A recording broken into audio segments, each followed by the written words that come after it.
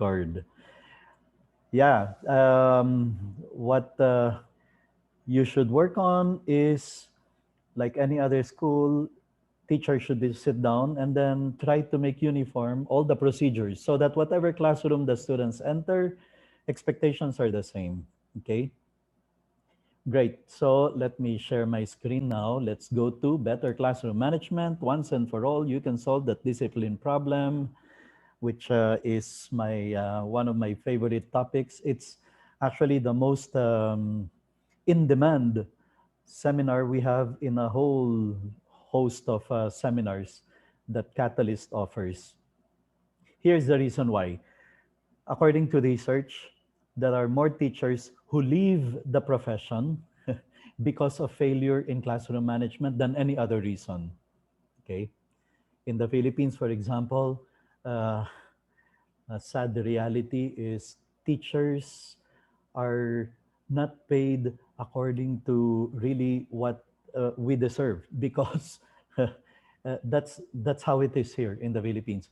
In other countries, the teaching profession is a very high paying profession. Okay, sadly, it's not the case in the Philippines.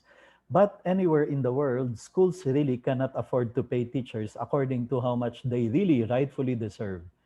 Because if teachers are paid according to how much we really rightfully deserve, all schools will go bankrupt because the work that we put in is priceless. I mean, you cannot put a price tag on it.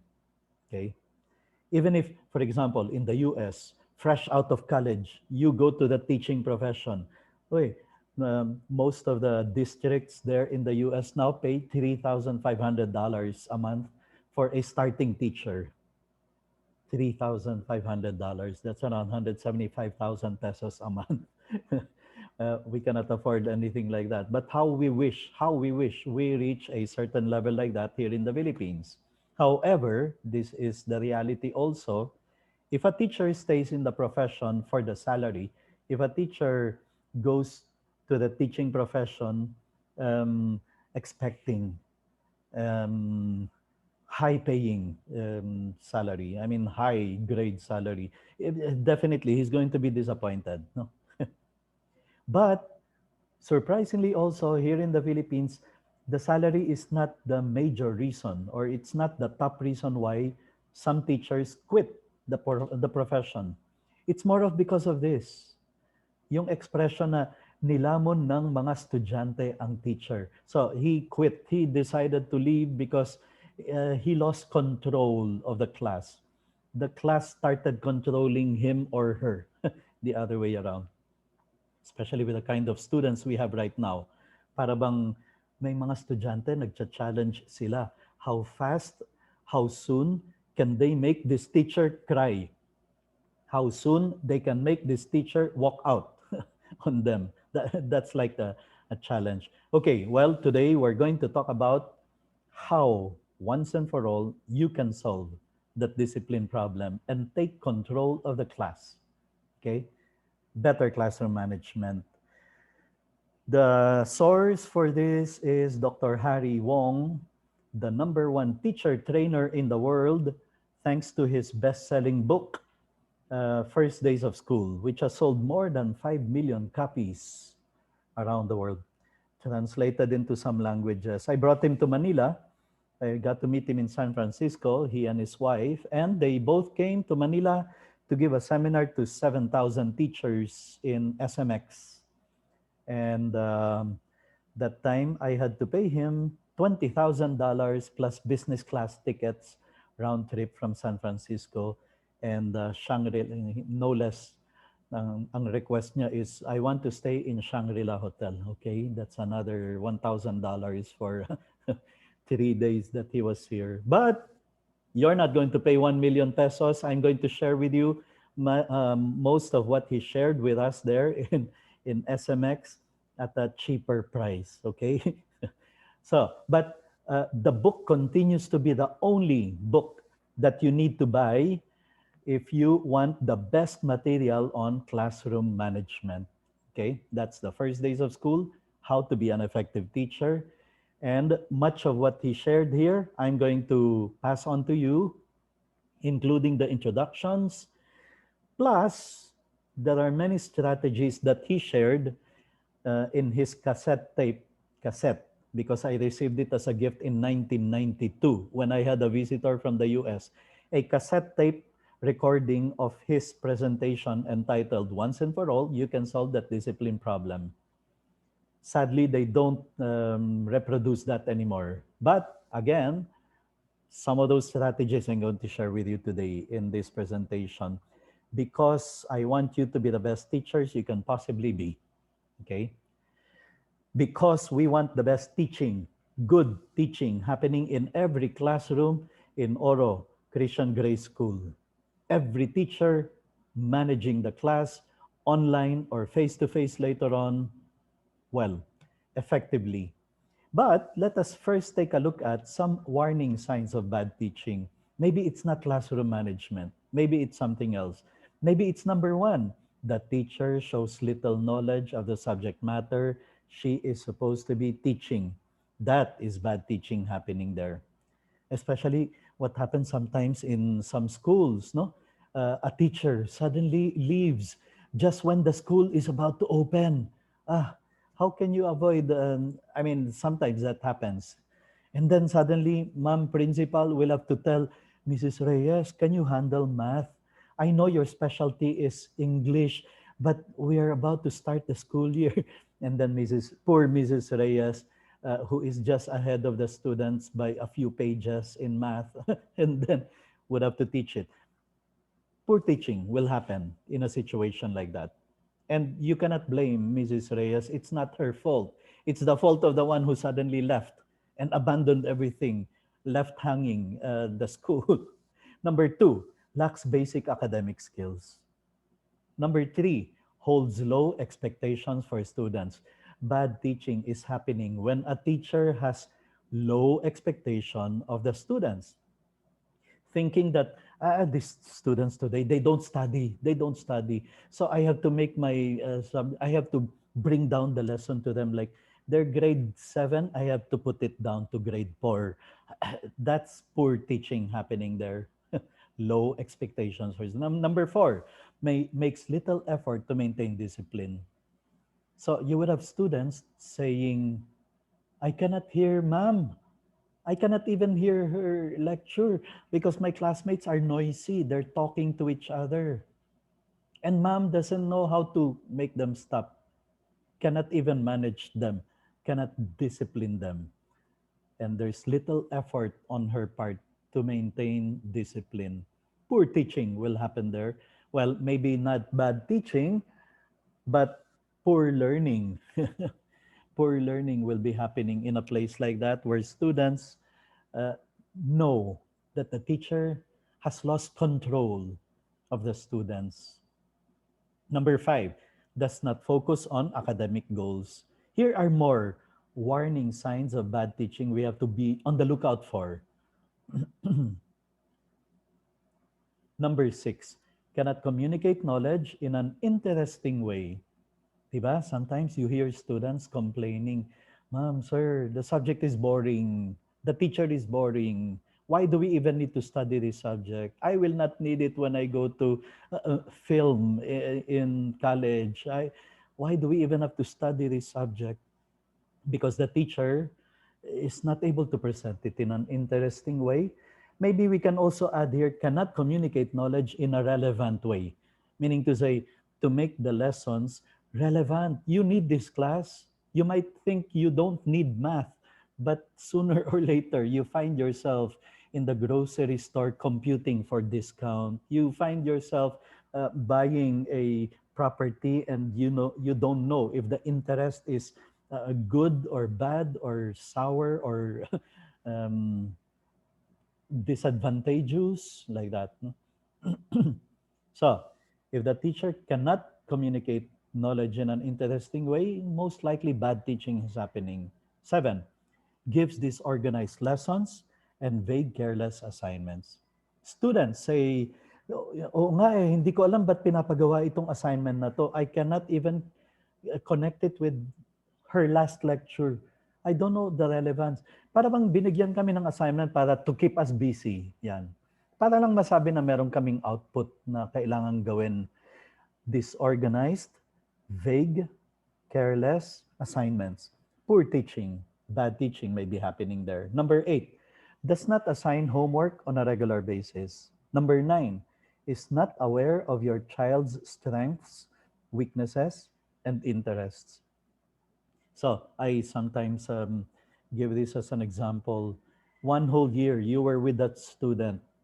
Tapos next year, she goes to the next grade level and dun mo lang nabalitaan, yung palang estudyante mo yon last year, yung one whole year na hinawakan mo sa class mo, she's one of the best violinists in Asia. And you never discovered it.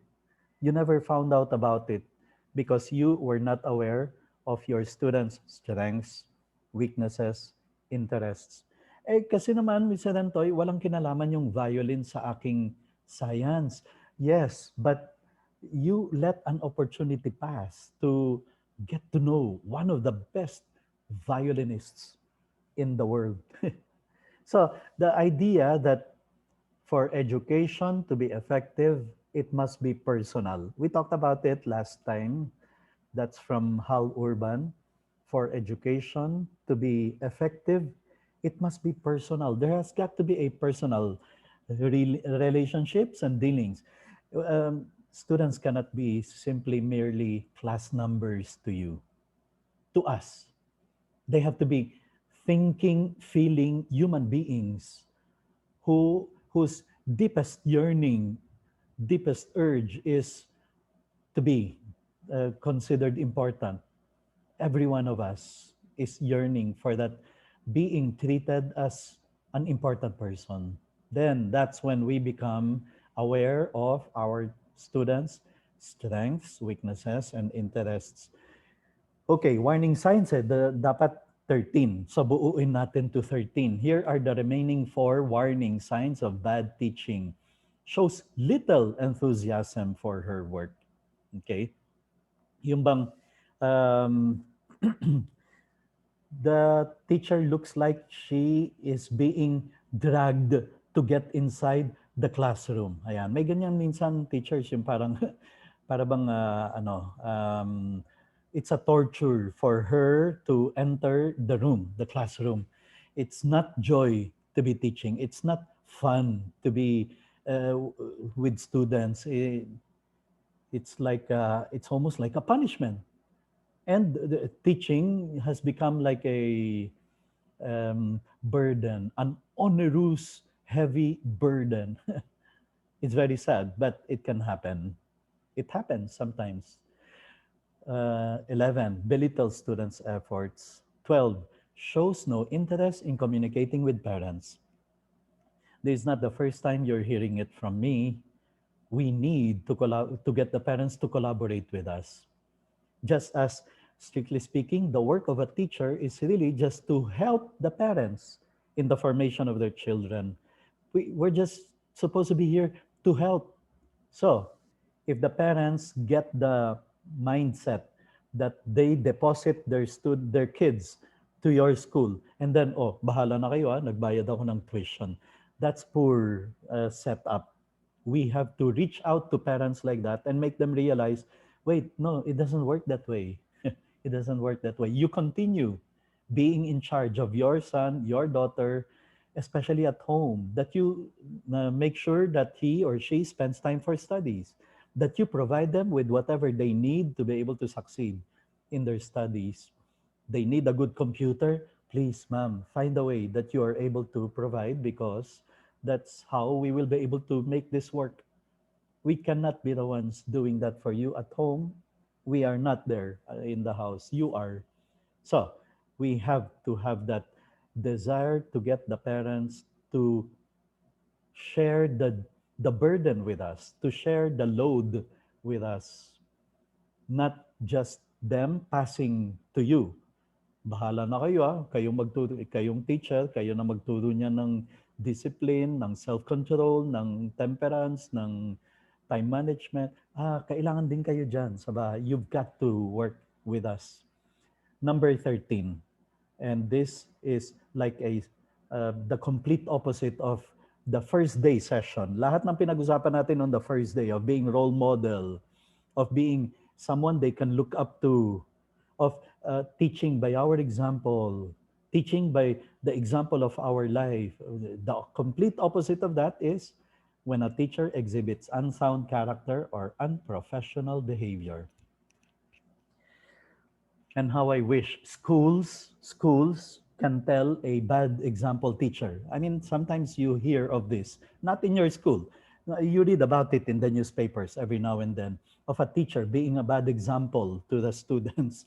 How I wish schools can tell teachers like that, ma'am, sorry, but you have to go. You're not anymore an effective educator. Magaling ka nga sa math, pero yung pagmumura nyo, ma'am, yung profanities nyo, yung the way you insult students, hindi professional, hindi Christian, hindi character.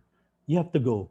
And how I wish when schools do that, we do not have to get into trouble with DepEd or with the Department of Labor, because teaching is not merely an employment. I mean, really, teaching is more than just a mere employment. It is a mission. It is a vocation. It is uh, the business of enhancing lives. And if we are not able to enhance lives of other people anymore, we cannot be good teachers anymore. So, um, those are the 13 warning signs of bad teaching. And we have to make sure that we don't have them, those warning signs. According to Harry Wong, every teacher goes through these 4 stages of teaching. I remember discussing this when I was personally in our face-to-face session there. But it's good to review. 4 stages of teaching. Stage number 1 is especially for beginning teachers, no? When we were younger, when we were starting to teach, the day before our first ever school day, you remember? Nakaplancha yung damit, nakahanger. Prepared tayo sa lesson plan. Pati yung jokes na sasabihin natin, pinaghandaan natin. Talagang prepared na. Pati yung kikwento natin, pati yung ating punchlines. Ayun, talagang handang-handa. Ano? And we decided to teach because we said, we're going to change the world. Yan. We're going to raise young people to become good people, men and women of character. I'm going to be the savior of the world. That was first stage, what we call fantasy. Ayan. Stage 1 of the teaching profession, fantasy. Yung bang ang akala mo, pag sinabi mo sa class, okay class, time's up, I have to dismiss you now. Ang akala mo, sasabihin ng mga bata, no ma'am, we want more, we want more, we want more. Fantasy. I mean, it doesn't work that way, right?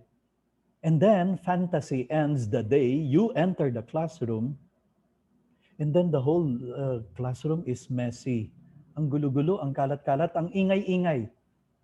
Or students are not there, late, absent.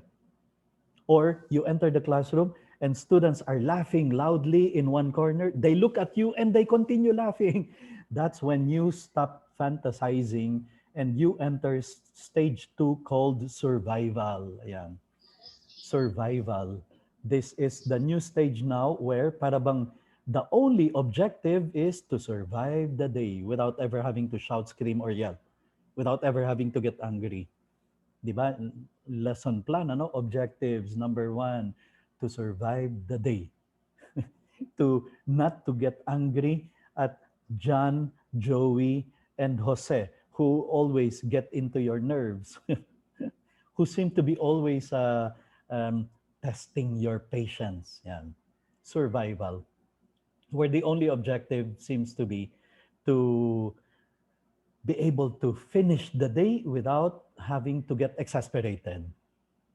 And some teachers, very sad, no? In the stage of survival, after every class, they go to the faculty room. In the work from home, they slump themselves in the chair and then they're counting 45 more days before Christmas break. Ayan. So, binibilang yung Christmas break. Worse, some teachers, very sad, ano? They've been teaching for a long time and After every class, they go back to the faculty room, they go back to their chair, binibilang nila 23 more years before retirement. Survival. When here you have two teachers who really want to make a difference, who really want to be able to form character, mold minds, change people for the better. But because they never learned how to manage a class, they stay in the stage of survival for too long. Today, the strategies I'm going to share with you from Harry Wong, from Rafe Esquith, from Hal Urban, from Ron Clark are all geared towards helping us get out of merely survival stage and then go to third stage, which is what many of you have reached as you continue teaching. You continue teaching without quitting, without giving up. You realize, "Uy, if I make the students do this assignment, this work, they get very engaged. They're very excited. If I cover this chapter ahead of this other chapter, mas naiintindihan nila." That's when you enter the third stage called mastery.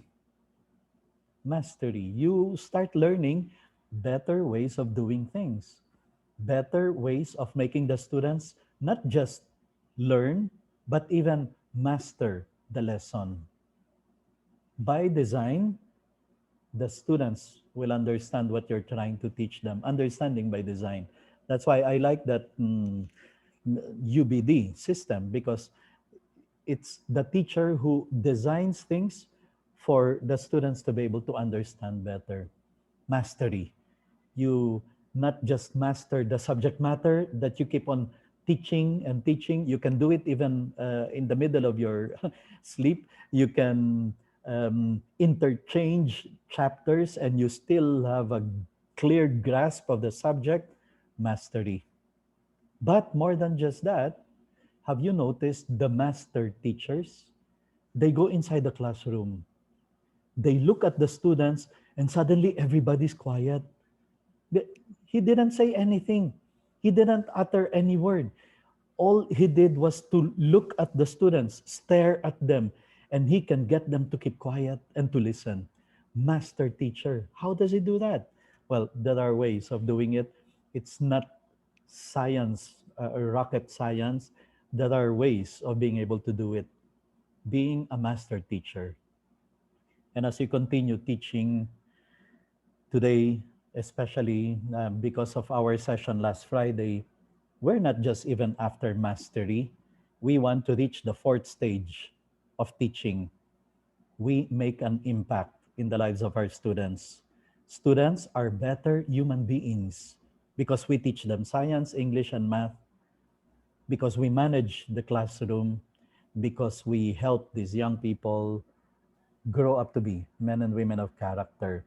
Okay, well, those are, according to Harry Wong, the four stages of teaching that everyone, all teachers pass through, except that fantasy, some, they spend shorter time there. They immediately proceed to survival. And then there are some, because they learn strategies. They learn from the master teachers. They observe, how do the professionals do it? How do the professional teachers do it? They observe and they start realizing better ways of doing things, more effective ways of managing the students without them ever having to resort to shouting, screaming, yelling. They skip survival, they go to mastery, and then they make an impact.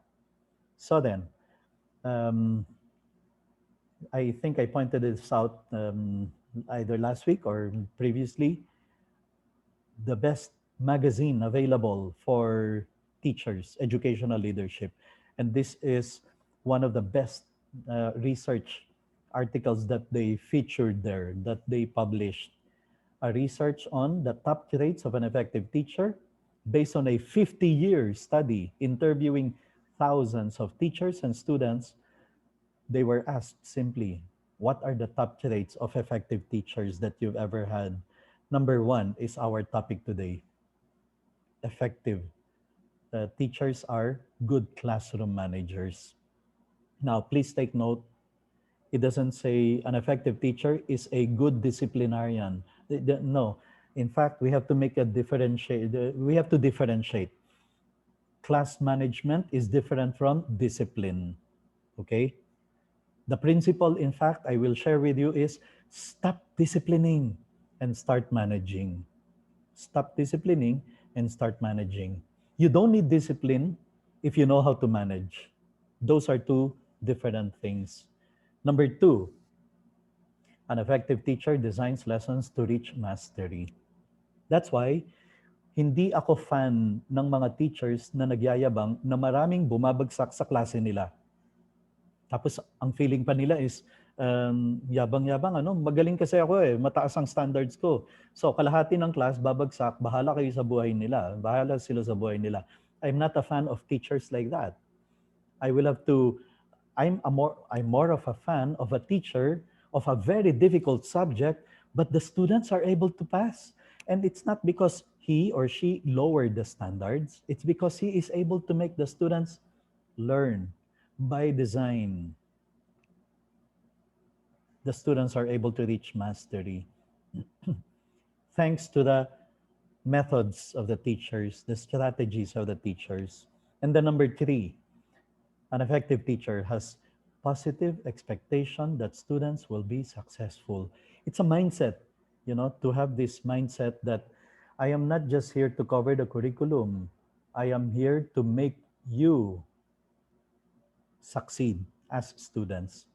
I am here, class, in order to help you not just pass the subject, but go on to become successful people in real life, in the world, in the real world.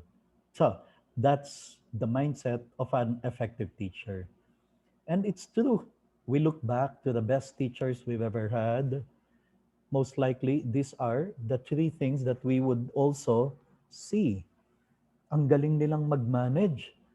Konting tahimik lang nila, natatakot yung mga bata. They keep quiet. The students keep quiet, even if the teacher does not. Good classroom manager. And we really understand it. We are able to say, ang hirap ng subject, sobrang hirap. But naintindihan ko, thanks to the teacher. She designed the lessons for me to be able to grasp the lessons. And I am successful because he believed in me. So, the number one, according to research, the number one factor governing learning is classroom management. Please don't come to me saying, Sir, Mr. Antoy, kung kilala mo lang ang estudyante namin, walang disiplina talaga. Kaya hindi natututo. Nope. Sabi ng this is not from me, this is from research. Discipline, okay, it can affect, but that's not the top reason.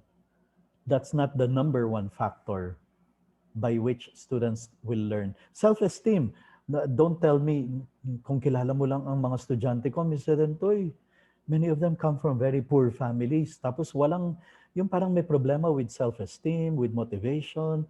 No, I'll tell you, in UANP, University of Asia and the Pacific, where I have been teaching since 2009, up to now, I continue having load in the School of Education every so often. And I tell you, we have students there who are scholars. They were valedictorians from the provinces, and then they come to Manila, they study there, and some of them can only afford lunch there in the karinderya of NEDA office. Yun lang ang kaya ng budget nila. But they're driven, they're motivated, they learn. It's not the economic background, it's not the self-esteem, it's not the motivation, it's not the class size, sabi ng research. Because even in a big classroom, if the teacher knows how to manage a big class, a big lecture hall, a big auditorium, then learning can still happen. Okay? You've got to accept this so that you will now see, ay, oo nga, that's why it's worthwhile learning strategies for for effective classroom management. Now, I differentiated this earlier. I want to emphasize it. Discipline and classroom management are two different things. Stop disciplining, start managing. That's our principle. So, what is classroom management? What is discipline? Classroom management is like what stewardesses do in airlines. Di ba? In the airlines, here's what happens. Kahit anong eroplano ang sakyan mo, Cebu Pacific, Philippine Airlines, United Airlines, kahit anong airlines ang sasakyan mo, the expectations are all the same. Okay? That's managing. Um, the problem in the schools is when students start saying, Ma'am, bakit bawal dito sa class mo ang cellphone? Doon kay Ma'am Batumbakal, pwede naman. Doon kay Ma'am Alvaro, pwede naman. When students start seeing different expectations in different classrooms, then they get confused, then you have a problem. That's why I said earlier, one of the things, one of the workshops you need to do as a faculty is to make your procedures, expectations, uniform so that kahit anong classroom ang pasukin ng bata, alam niya ang expectation sa kanya. Now, what do the airlines do? Remember, they don't discipline, they manage. Before takeoff, lahat ng airlines, they do this. That's a lesson for us in classroom management. Before takeoff, they review the procedures. They're not rules, they're procedures. You remember? Kahit anong airlines, a-announce nila yon and they will make sure you do it. Open the window shade, close the table in front of you, straighten up the chair, and the most important, fasten your seat belts. And then meron na silang dinagdag about put your phone to silent mode or off so that it will not interfere with the signal, ganyan-ganyan. No? They're all procedures. They are not rules. They are simply what the airline people want you to do. Now, what do they do after reviewing? After reviewing, what do? They go around making sure everybody follows the procedures. If they see someone not following the procedure, what do? Only two things. They call you ma'am, sir, and then they tell you exactly what they want you to do. Yun lang. They call you ma'am or sir, and then they tell you exactly what they want you to do. Ma'am, the window shade, please. Thank you. Sir, the table, please close. We're taking off. Thank you. Ma'am, the seat belt, please. And then they sometimes even help them. Yun lang. Ma'am or sir, and then they tell you exactly what they want you to do. That's management. Now, here is what airlines stewardesses will do if they're not managing, they're disciplining. Like what happens inside the classroom sometimes. They go around, they see someone not following. Sir, hindi mo nadinig yung announcement? Kailangan ko bang ulitin pa sa'yo? Gusto mo tagalugin ko pa para maintindihan mo? That's disciplining. And sometimes some teachers do that. John, ilang beses ka ba dapat pagsabihan? Pagbuhul-buhulin ko kayo, kanina pa kayo nagsasalita dyan. May sakit ka ba? Hindi mo naintindihan yung sinasabi ko. I mean, so many useless words that really are not needed and they're not management, they're disciplining. Unfortunately, sometimes you meet teachers like that. Ang feeling nila, the harsher their words, the more disciplined John will become. Of course not. It doesn't work anymore that way.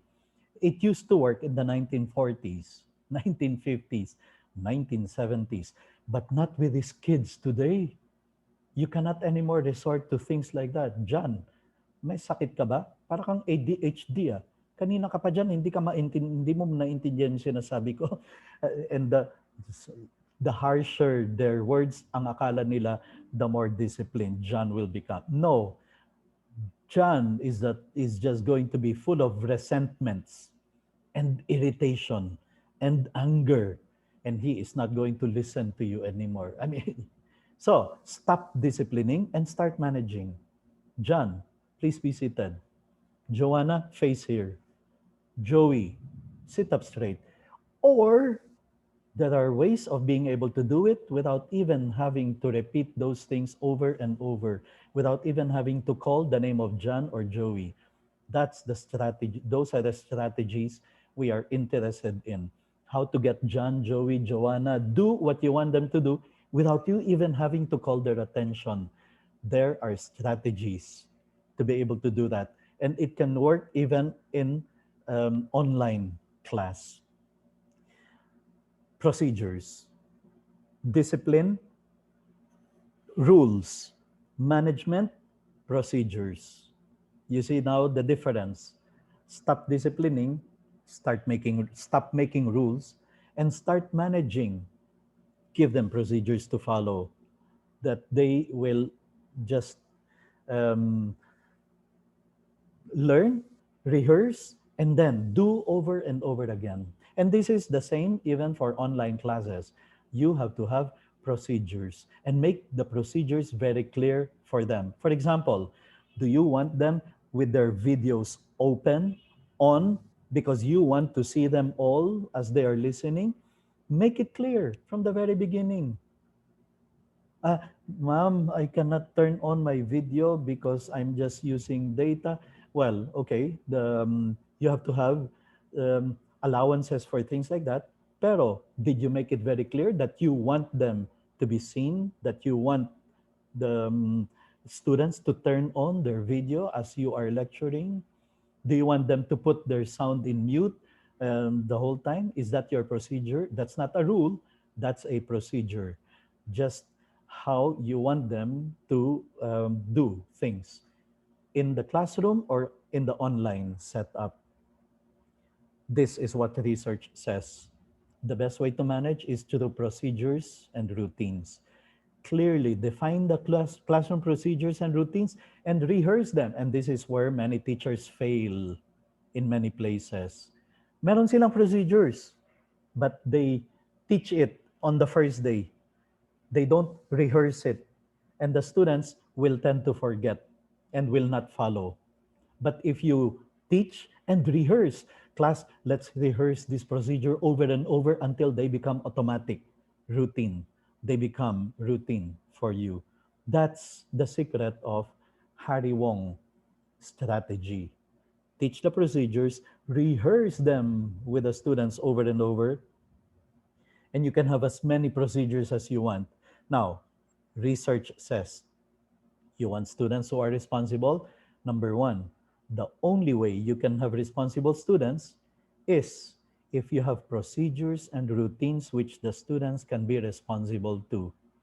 Take note, I want to emphasize that you expect the students to be responsible to the procedures and routines, not to you, not to you. So please don't ever use expressions like, John, are you challenging my authority? No, no, he's not challenging your authority. He is just not able to follow the procedures.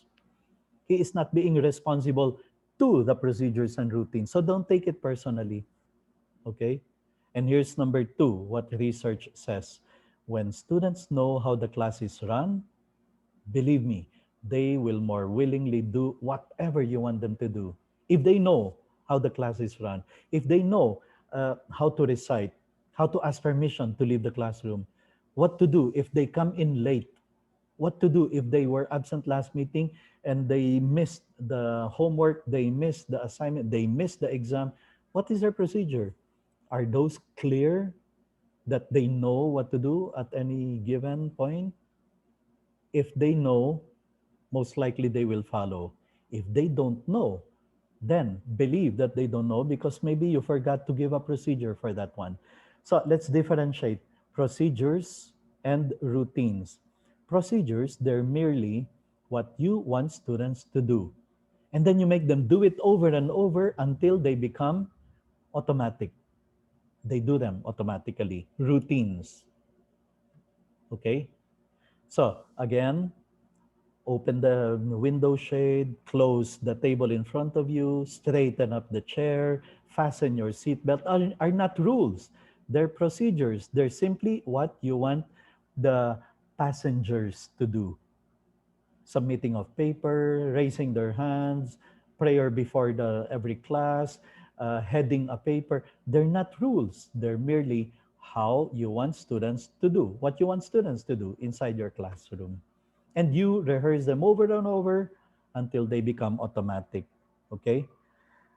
So, Harry Wong principle, Have as many procedures as you want for as long as you teach them and you rehearse them in the first days of school. Kaya pala ganun yung title ng book niya, the one that has sold more than 5 million copies. First days of school, because that's what we are supposed to be doing in the first days of school. Teaching the procedures, rehearsing them until they become automatic.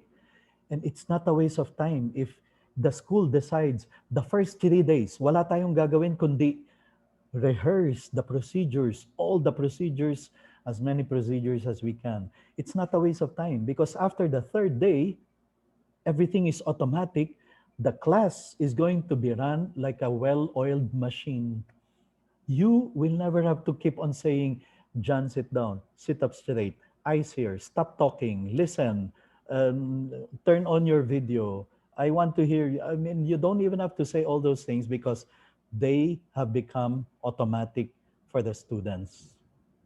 And they will not have to ask, how do you head the paper? Do we need to, sir, do we need to put the class number? Sir, do we need to put the date in the paper? Sir, do we need to put the subject?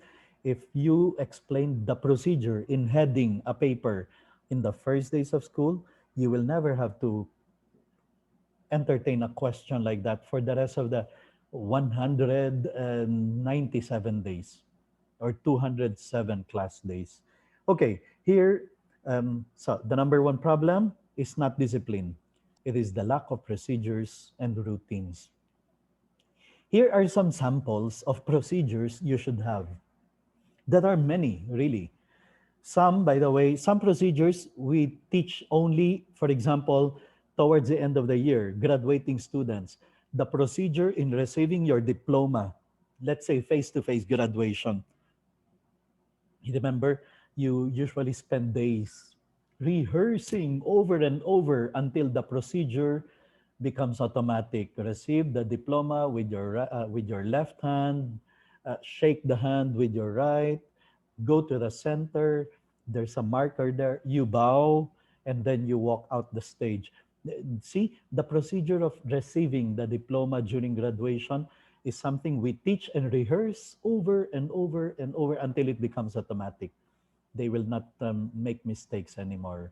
They will not look lost anymore during graduation ceremony.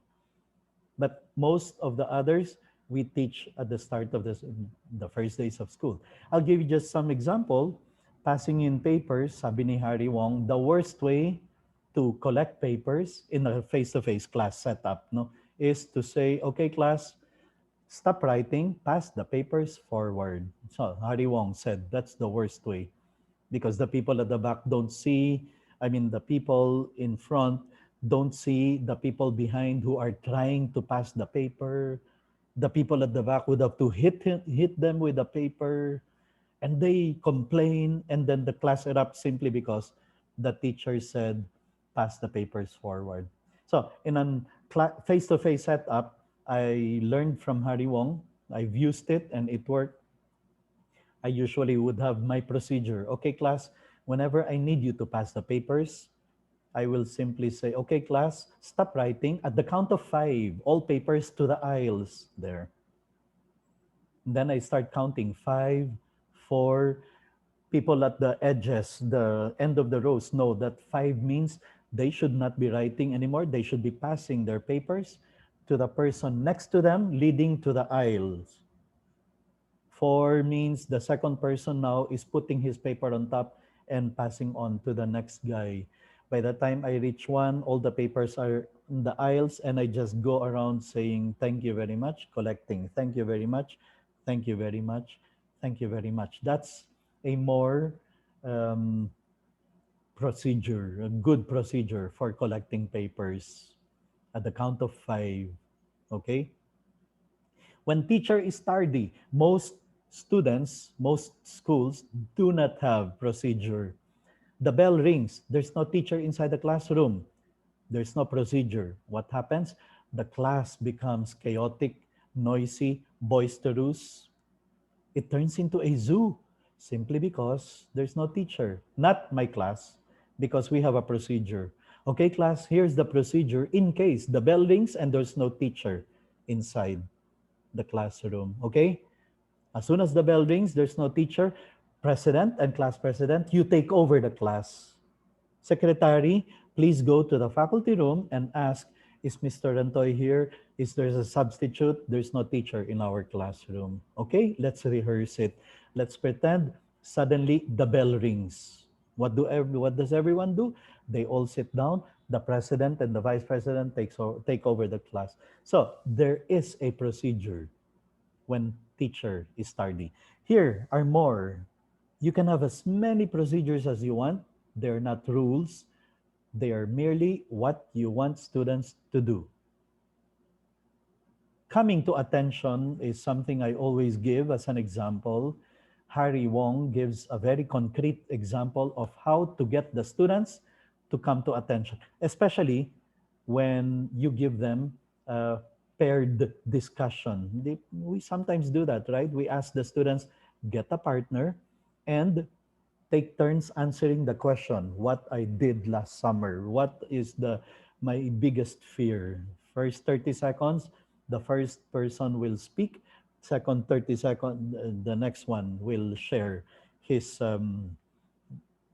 what he wants to say about the topic. Now, when I want you to stop, I'm not going to say anything. The teacher will just do the salami. Salami, stop and look at me. Salami, which goes something like this. He goes to the middle of the classroom and calmly raises his hands. Class, here's the procedure. If you see the teacher with his hand raised like that, it means stop whatever you're doing and whatever you're saying, even if you're in the middle of the sentence. And look at me, salami. If you see a classmate seeing the other way, looking the other way, tap his back, point to the teacher to say, salami, stop and look at the teacher. Okay, let's rehearse it, get a partner, etc. So, you have a system of getting them to come to attention. An ineffective teacher without a procedure and wants to get the students to stop talking and listen because he needs to announce something. He has to shout. Now, the noise level is very high because you made them do paired discussion. The teacher now, the ineffective teacher, will need to shout even more loudly because he has to make his voice heard over the noise. Very tiring. And the students don't hear it, so he resorts to slamming his hand on the board. They still don't keep quiet. He starts flickering the lights, turn it on and off to get the attention of the students. Ineffective. Ineffective teacher does that. No, an effective teacher simply follows the procedure which he rehearsed with the students, makes them do it, and in a matter of 3, 4, 5 seconds, as your hand is raised like that, suddenly the classroom that was so noisy and boisterous a while ago will suddenly be quiet.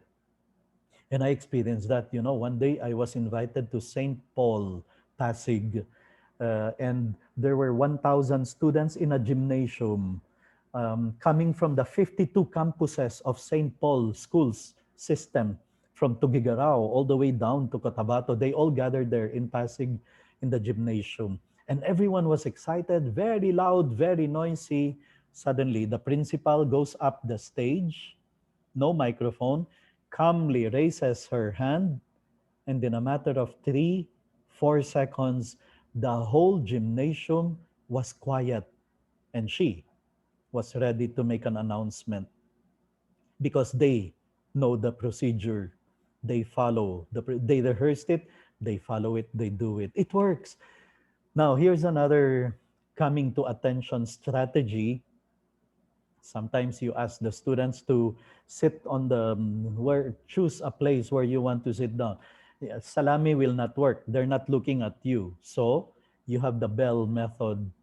Class, if you hear the bell, I will ring it once and I'm going to count 3, 2, and 1. By the time I reach 1, I expect everybody to stop talking, look at the teacher, no need to stand up, and get ready to listen because I need to announce something. The bell method.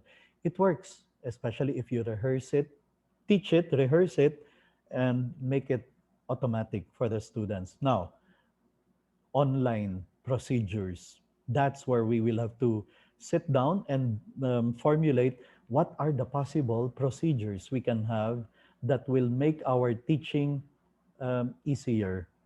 As I said earlier, okay, we want synchronous class at 2 p.m. Give them allowance. 2:02, that's when you begin because it sometimes really just takes time for some people to log in, to get the signal, to finally be able to enter the Zoom room or the Google Meet classroom or whatever format you're using, whatever LMS you have in place. No? Submission.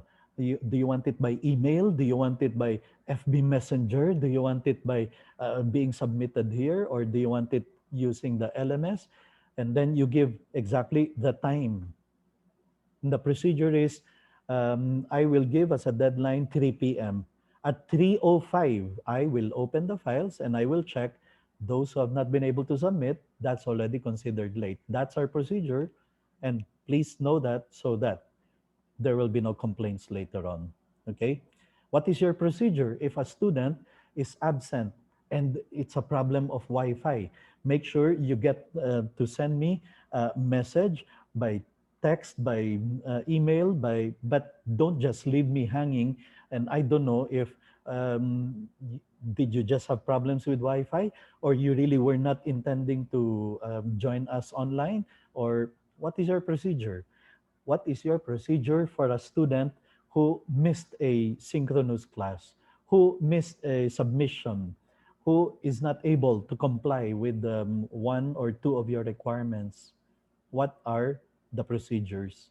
Did you teach and rehearse with them? We should. Otherwise, they don't know what to do. They will not do what you want them to do. Remember, our objective from the very beginning is how to get the students do what you want them to do without having to resort to shouting, screaming, yelling, or getting upset. And you will not have to get upset if they follow your procedures because you taught the procedures and you rehearsed them. And you can come up with whatever more other procedures you can think of that will make your teaching more smooth and less rough for you and for the students, because it is the procedures that set up the class for achievement to take place. Okay, very quickly, because this morning I made the reference to this and I realized I don't think I taught it last week in the urgency of class of character formation. Just to drive home the point, according to Kohlberg, 6 levels of moral development. The lowest level of moral development, the pinakamababang reason bakit magpapakabait ang bata, kung bakit gagawin ang tama, is just to avoid a punishment. I don't want to get into trouble. I don't want to be sanctioned. I don't want to be punished. I better behave. I better do what the teacher tells me. That's actually the lowest level of moral development. Second level development, I want a reward. Kasi sabi ni ma'am meron kaming reward. Manonood daw kami ng movie kung gawin namin to. Makakakuha raw ako ng tatak, smiley, good job, keep it up, best student. Ayun. So, they will do the right thing because there's a reward, which, okay, better already than avoiding punishment, but we can still do better than this, sabi ni Rafe Esquith. Especially because in life, minsan, kahit gawin mo yung tama, the reward doesn't come. Here's the third. I want to please somebody. And sometimes you see that the students who are studying very hard because they want to please the parents. Students doing what you want them to do because they want to please the teacher. Sip-sip ang tawag natin minsan. I want to please somebody. I mean, this is already better than just working for the reward, just to avoid punishment, but we can still do better than this.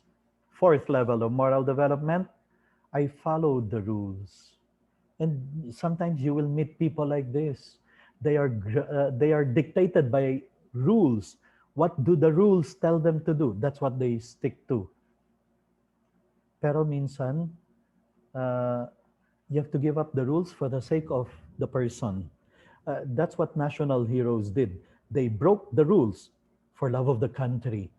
They went against the rules for in because of patriotism. I mean, even Jesus broke rules. He performed miracles on a Sabbath because greater than rules are is charity. First, charity above all. So you're willing to give up the and to break the rules for love of people, for love of a soul, for love of a person, charity over the rules. That's number five, in fact. I am considerate of other people. That's the fifth level of moral development. Why are you doing that? It's not because my parents will punish me. It's not because they're offering me a reward. It's not because I want to please them lang. It's not because I'm following the rules. It's because I have to be considerate of the sacrifices of my parents who pay for my tuition. That's why I'm studying hard.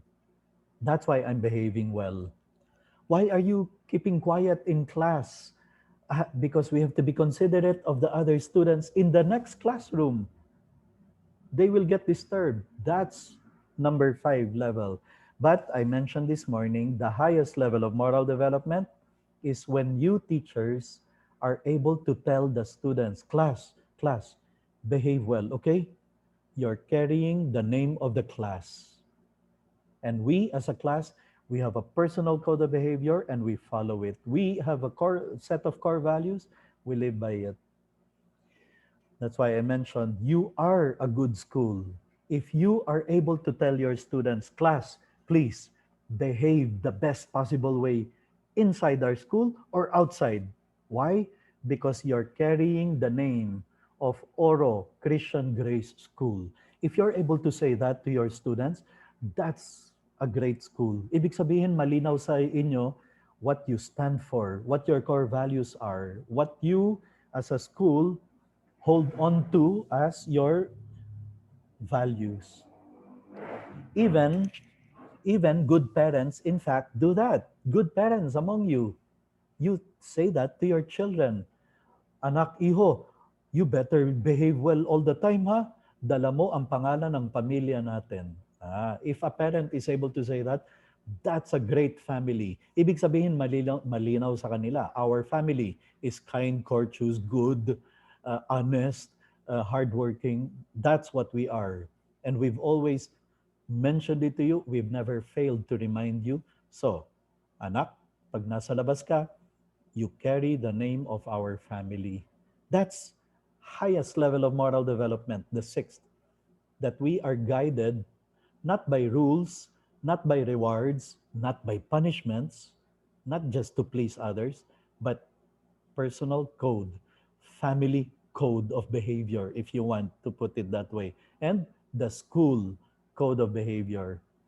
That's why it works, yung mga I when I was a student, we used to recite that every Monday and Friday. I am a Southridge gentleman and I dedicate myself to our mission of strengthening the family. I mean, I memorize it up to now and those words come to me when sometimes I make decisions to serve others, especially the needy, to have zest for learning and virtue, driven by a personal commitment of my vision of my commitment to society. I mean, all those things come to mind because they were our code of behavior. It works. And if you don't have anything, if you don't have that in place yet, it would be good to put something in place. I am a student of Oro Christian Grace School, and I value whatever it is that your core values are. And I live by the principle of I give especially concern for the poor, the needy, the others, etc. And then make them recite it until it becomes not just memorized, but a part of their system. Those are the six levels of moral development. Okay, well, I have been talking for an hour. We are now ready to go into concrete strategies. We are now ready to get into real disciplining But like what we always do, I think let's give ourselves a bit of a rest with just this um, three videos I'd like to share with you as our way of being able to take a bit of a rest. No, some may need to go to the washroom, some may need to get water. We will resume after these three songs from the. Sorry, I have to make sure I share the volume. Yeah, three songs from One Voice Children's Choir when we.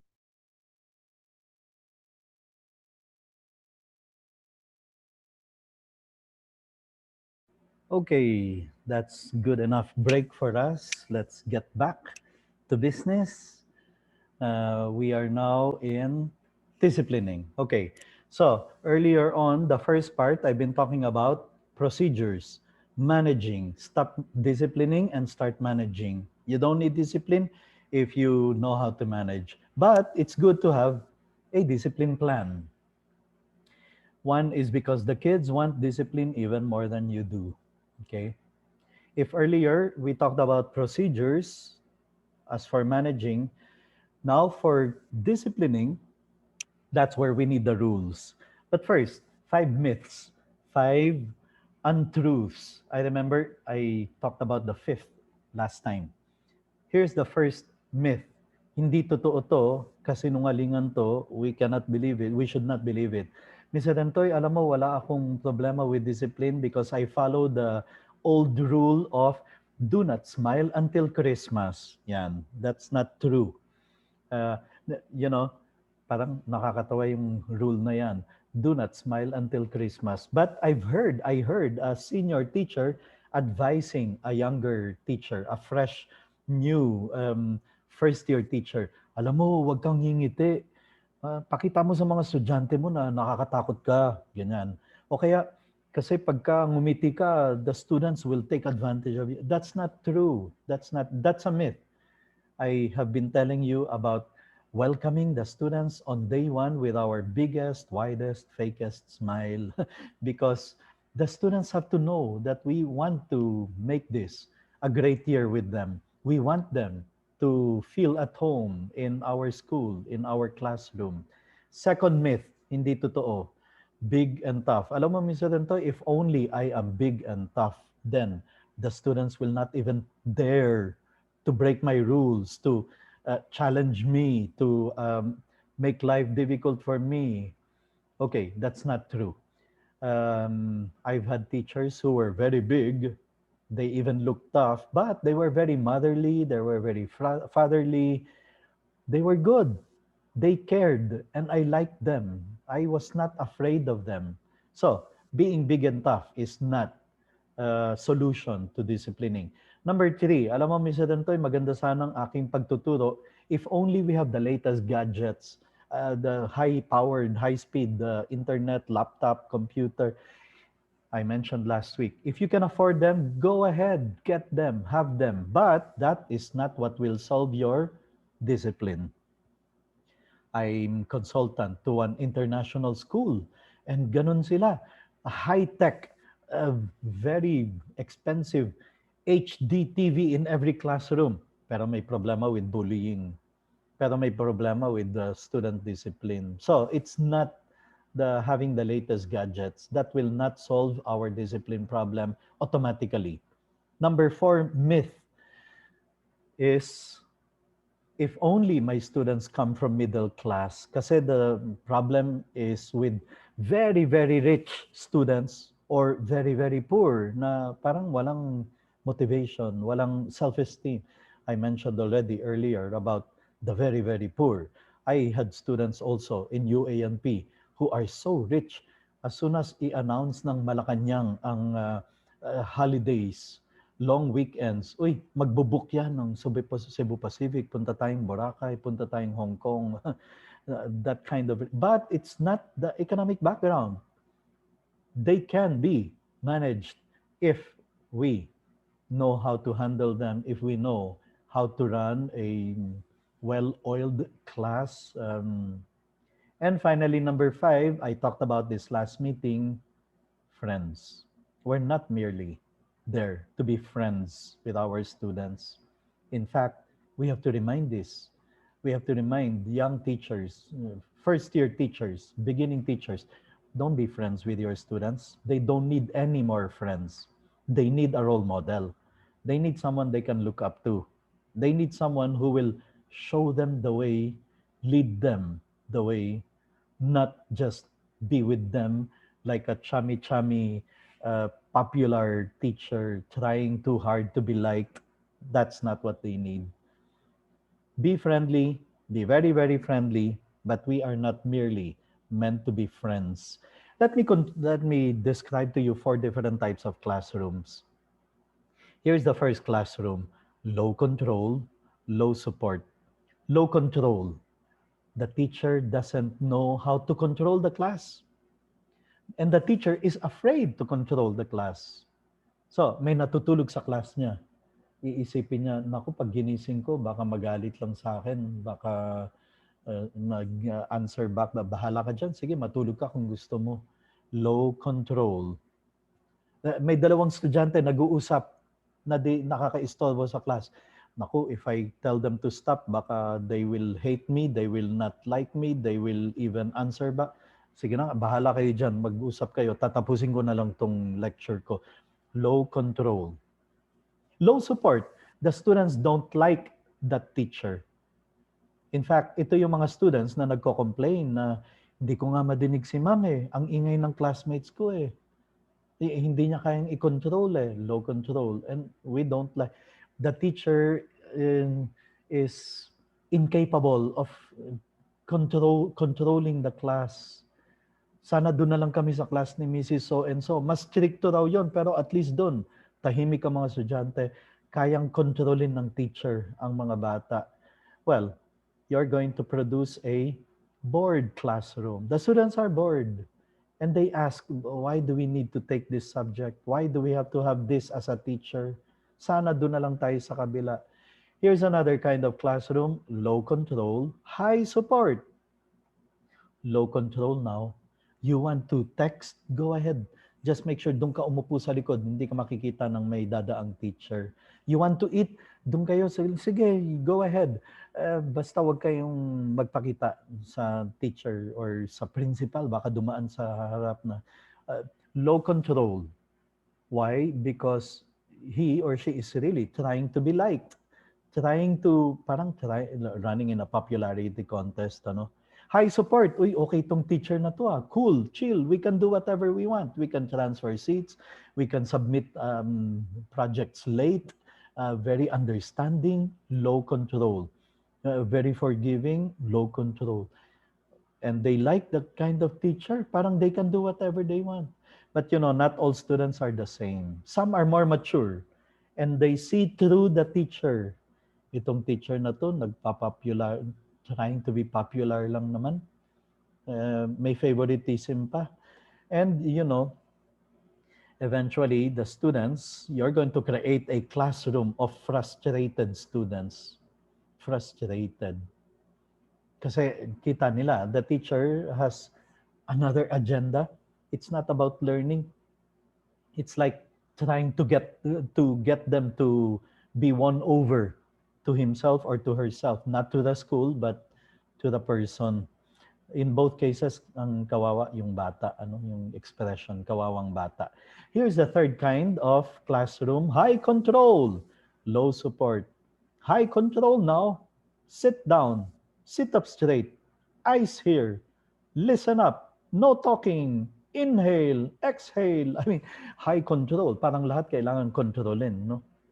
Pero parang effective kasi pag pumasok ka sa classroom nitong teacher na to, uy, napakatahimik, everyone is so quiet. Parang sementeryo, parang patay lahat. No one dares to make a sound. Kasi takot sila sa teacher eh. Terror teacher eh. And low support, they don't like that kind of teacher. They're afraid. They're scared. They're terrified. They're terrorized in a negative way. But, the students are looking for a way to get back at this teacher. They are looking for ways to be able to make the revengeful class. That's what you're going to produce. What we want is a high control, high support classroom. High control now. I want you to study and study hard. Get perfect. Come on, class. Study hard that you can get perfect in the next test. High control. And we saw that in the advisory session this morning. They want to get 100 kasi may 200 points. May $200 bonus money dun sa those who can get perfect. High control now. You want them to participate in contests, in competitions. They will. And they want to win for the class. High control. You want them to make the classroom the cleanest classroom there is in the school. They will because they want to do it for the class. You want them to be in the honors list. All 100% of the students, they will do their best. High control and high support because they know the teacher knows what he's doing. He's not just experimenting. He knows what he's doing. He's been there in that profession for a long time. And you're going to produce a successful classroom. So then, let us have a discipline plan. I go around the Philippines visiting schools. I ask them, do you have a discipline plan?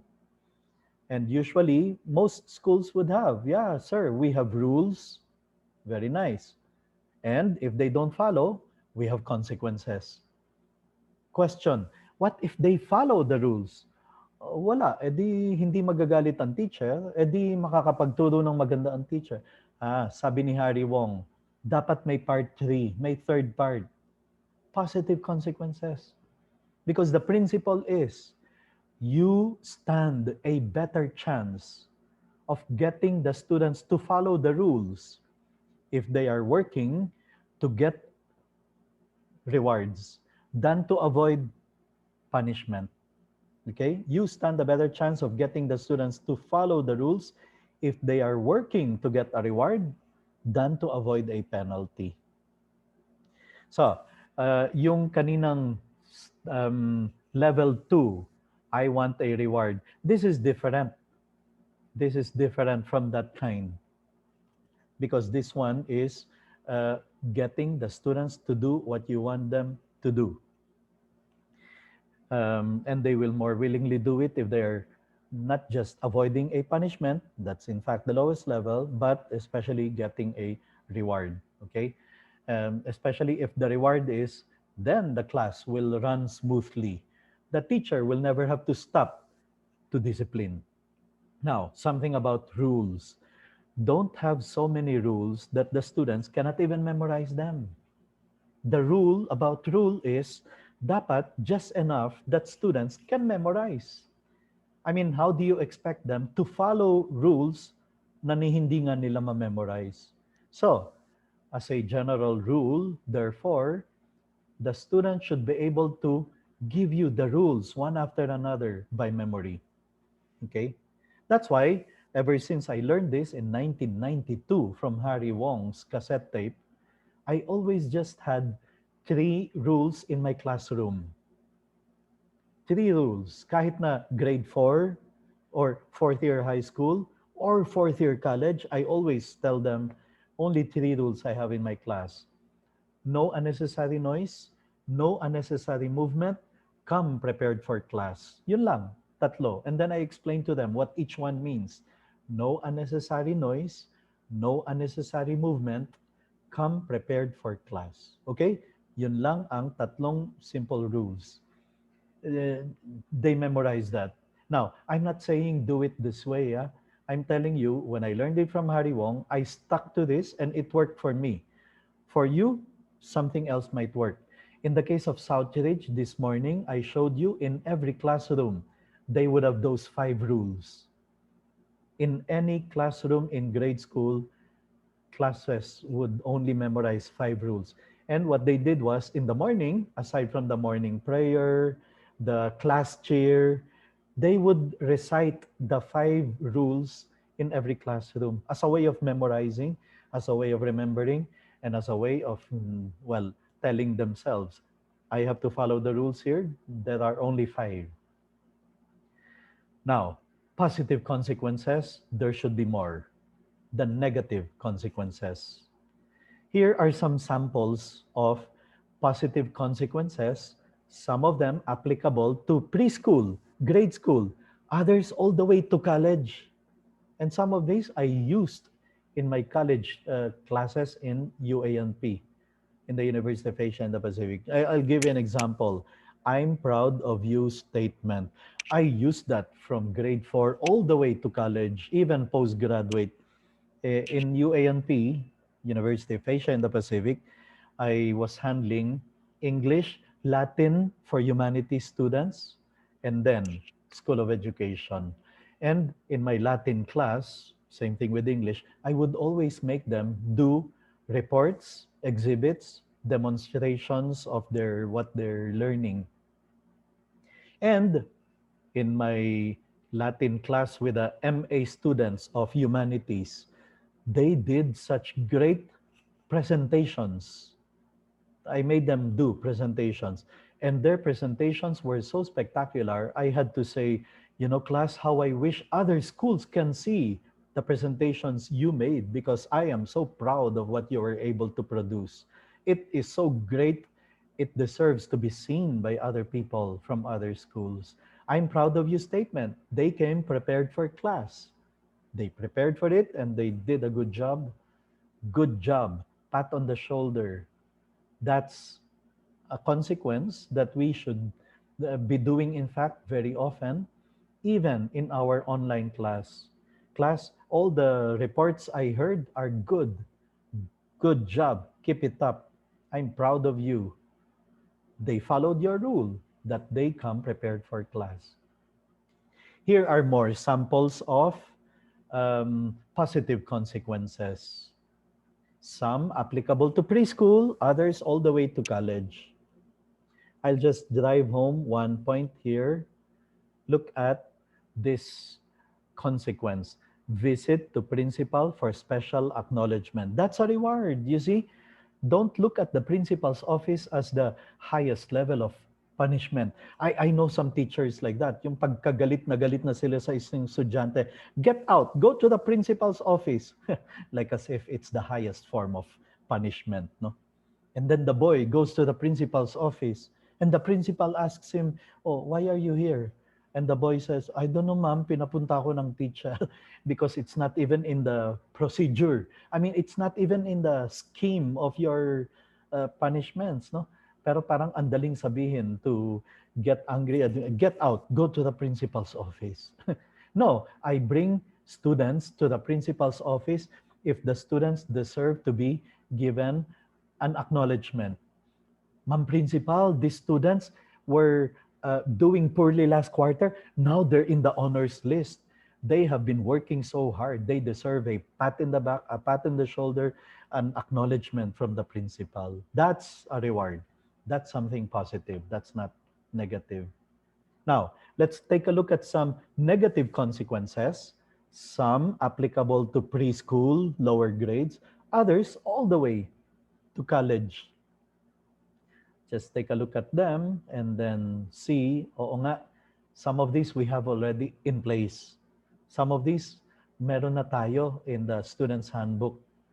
As you can see, mas kompleto ang student handbook mo sa punishment, sa negative. Pero wala, if I look at some um, student's handbook, ay, wala doon ng rewards. Wala doon ng positive consequences. Puro lang drop from the roll, suspension, detention, non-readmission, expulsion. Pero wala doon yung what will the teachers do if the students follow the rules. So we have to have consequences that are positive too, as we already have in place the negative consequences. Here are more negative consequences. Some of them applicable to grade school, others all the way to college.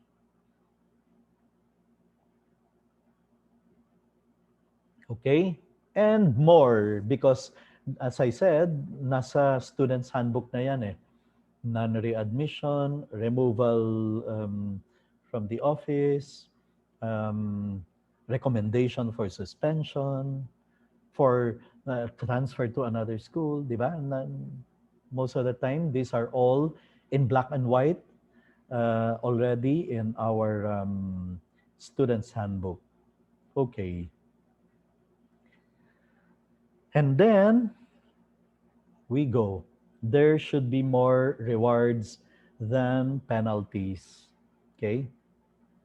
Okay, so now let's go to some concrete strategies. Sabi ko sa inyo kanina, there are strategies that we can use by which you don't even need to repeat 17 times. John, sit up straight, sit down, keep quiet, stop talking, eyes here on the board, listen.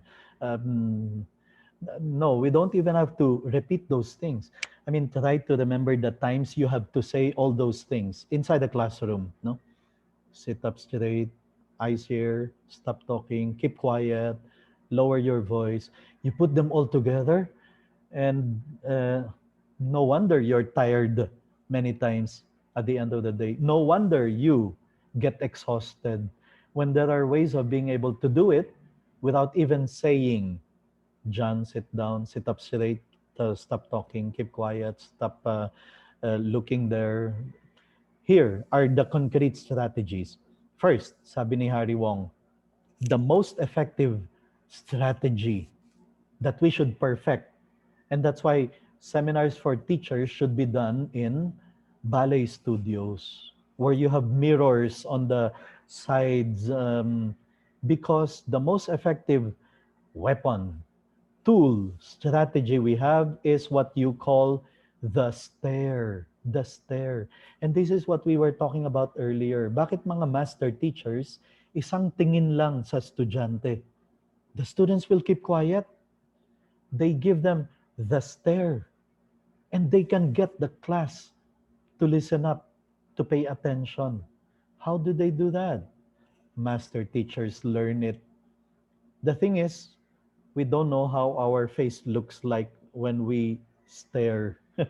There is a stare, yung tingin na ang sinasabi o kung nakakapagsalita yung stare na yon, ang sinasabi is, I am already sick and tired of you students. I want to kill you. I'm giving up on you. You are so useless. I mean, there's the kind of stare that is so negative, so scary, so terrifying that doesn't work. On the other hand, there's a kind of stare that if you put it on, ang mensahe to the students is, oh, come on, guys, come on. I expect something better from you. I expect best behavior. Come on, show me good behavior. That kind. Let's look for, sabi ni Harry Wong, let's look for that perfect stare. Look at yourself in the mirror and then try to see what kind of face you have to put on to be able to communicate that kind of, come on, I expect best behavior. Listen up. No, no talking. I need to, yan. That kind of master-teacher stare. Let's look for it. Let's learn it. And then we can make use of it to the best that we can, because it's the best strategy where you don't even have to say anything, you don't have to talk. Just with that look on your face, you're able to discipline the students. The stare. Here's another strategy, and I'm so happy to discover it's used by Harry Wong, Rafe Esquith, Hal Urban. I've been quoting these three. Um, Ron Clark, okay? He's one of the most successful teachers. He even put up a school, the Ron Clark Academy in Atlanta in the United States, which is doing a spectacular job in educating children. In fact, there's a very beautiful movie, The Ron Clark Story, very inspiring, that you can find in YouTube. Look for it, starring Matthew Perry, one of the actors in Friends, that um, television series, Friends. It's very inspiring. It's a movie, in fact, that I hope you can show to especially young teachers. The Ron Clark story, Ron Clark, Clark story, starring Matthew Perry. It's about his first year as a teacher. And he too uses the check system. So, How is the check system? Um, Principle behind it, do not eat up academic time in order to discipline. Okay? Don't be like some teachers we know. Pagka galit na sila, they stop teaching. And then they spend the rest of the period sermonizing. Yung papagalitan yung mga estudyante, guilty sila talking about the sacrifices I put in, the parents suffering because of you, yung mga ganon, ano? Because of that, naubos yung oras sa kakasermon ng teacher. No, sabi ni Harry Wong, do not waste academic time in order to discipline. Use systems like the check system. So here's how it works. And yes, it can be done even in an online class, especially if your rules are very clear. For example, I said I only have three rules: no unnecessary noise, no unnecessary movement, come prepared for class. And here's how it works. For example, I'm giving a class on English, subject verb agreement. Let's use classroom setting. And then I'm lecturing. If the subject is singular, the verb should be singular. If the subject is plural, the verb should be plural. And then suddenly I notice John and Joey talking. I don't stop my lecture. I don't get angry. I don't sermonize, because principle of Harry Wong, don't eat up academic time in order to discipline. I see John and Joey talking. They have chosen to break rule number one, no unnecessary noise. I look at them and I continue lecturing, and I calmly pick up the pen or the whiteboard marker or the chalk if it's a blackboard. And while still lecturing, I go to the board and write the names John, Joey. Okay? They know that that is a warning. No punishment, no sanction. It's just a warning because they have chosen to break my rules. One of my rules. And I tell you, they see their names written on the board, they stop talking. They keep quiet. You see, I got John and Joey to stop talking without ever even having to say their names. Just going to the board while still lecturing and writing their names on the board. I continue. However, there are some subjects that are always singular, like someone, somebody, something, anyone, anybody. And then I notice again, John and Joey talking again. They again choose to break my rule number one. I don't get angry. I don't get mad. I don't shout. I just calmly pick up again the chalk or the whiteboard marker, and I go to the board and put a check mark beside their name. And I explained this on day one, that if they see their name written on the board with a check mark, one check mark, it means you have to stay for 15 minutes in recess, in lunch, whichever is coming up next, or the next day's recess. Okay? They're detained in the next recess or lunch for 15 minutes. No, for 5 minutes muna. And a second check mark would mean 15 minutes. A third check mark means they have to come back on Saturday to serve detention. A fourth check mark means I have to call up their parents. And all those, putting a check mark without stopping my lecture, just by looking at them and still lecturing, and I put the check mark. But I tell you, they see their name on the board, they will try their best not to break any of the rules because they never want to serve a detention. Not for recess, not for lunch, and definitely not on Saturday. And they definitely don't want me to call up their parents to tell the parents, your son has broken my rule repeatedly, and there's a consequence. Check system, it works. And what I like about it is the first time, it's just writing the names on the board. You're not punishing them. It's just a warning. And that's why I find it very, very fair. You are not just looking around for people to punish. You give first a warning. And what I like best about it is you never have to stop your lecturing. And even better, the next time you enter the classroom to begin again another class, everybody deserves a fresh new beginning. The board is clear. The board is clean. You're not even going to make reference to earlier they got two check marks, or yesterday they got two check marks. No, you're not even going to make any references to those. Every beginning of a new class, Everybody deserves a fresh, new start. It works. No wonder the best teachers in the world use it, the check system. So here's another method, the stopwatch system. It's a reward system.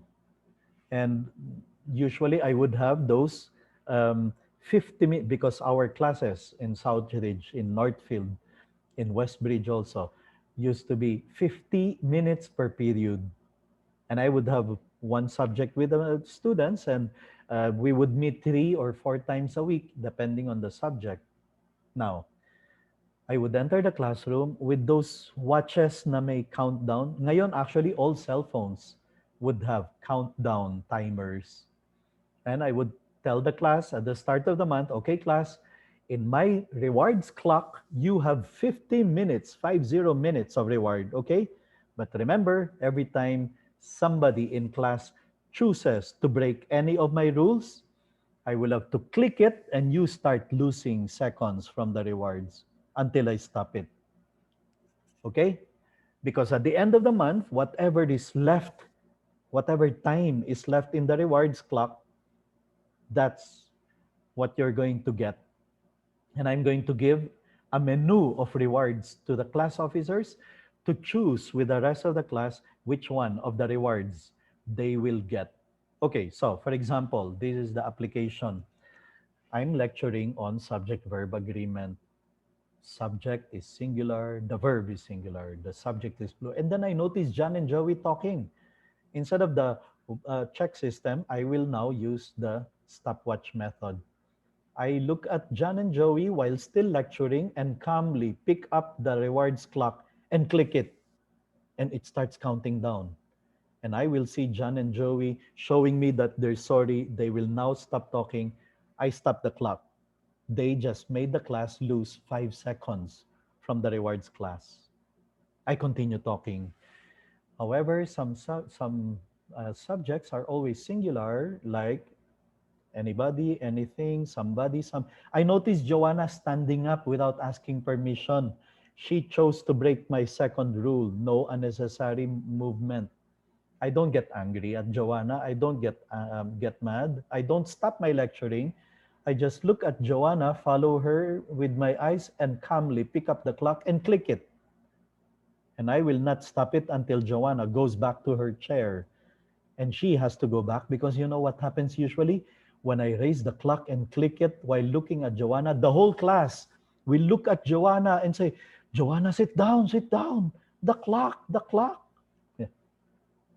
So they want the reward. They don't want any more seconds to disappear. That's why they want to make sure they follow all my rules all the time. So, and another group of students there talking, making noise. I'm not going to get angry at them. I'll just calmly pick up the clock and click it. And again, the rest of the class looks at them. Stoy, stop talking, the clock. Ayan. And whatever is remaining there at the end of the month, day after day, that's the only thing I will have to do. Pick up the clock and click it and stop. I will only stop until they show me. By the end of the month, usually there would be from a start of 50 minutes, there would be 45, 46 minutes left for the reward. I'm going to give the menu now of rewards, 46 minutes of video. We're going to watch a video related to the lessons we took up this month. 46 minutes of quiz B. We will group into two groups and there will be competition. Questions will come from the lessons of the month. 46 minutes, I will allow you to open your books, notebooks, whatever materials you have during the exam. I will give at the end of this month 46 minutes when you can open anything, any book. Of course, I will make sure the questions do not come from the book directly. I mean, they will have to learn how to analyze, synthesize, and evaluate, and they will have to apply higher order thinking skills in the test. Or I will not even hesitate to put in the menu 46 minutes of funny videos because the whole month I never had to stop my lecturing. We finished what we needed to finish, and I never had to get angry. It's all in the clock. 46 minutes of free time. You can bring a book and read whatever you want. You can do whatever you want.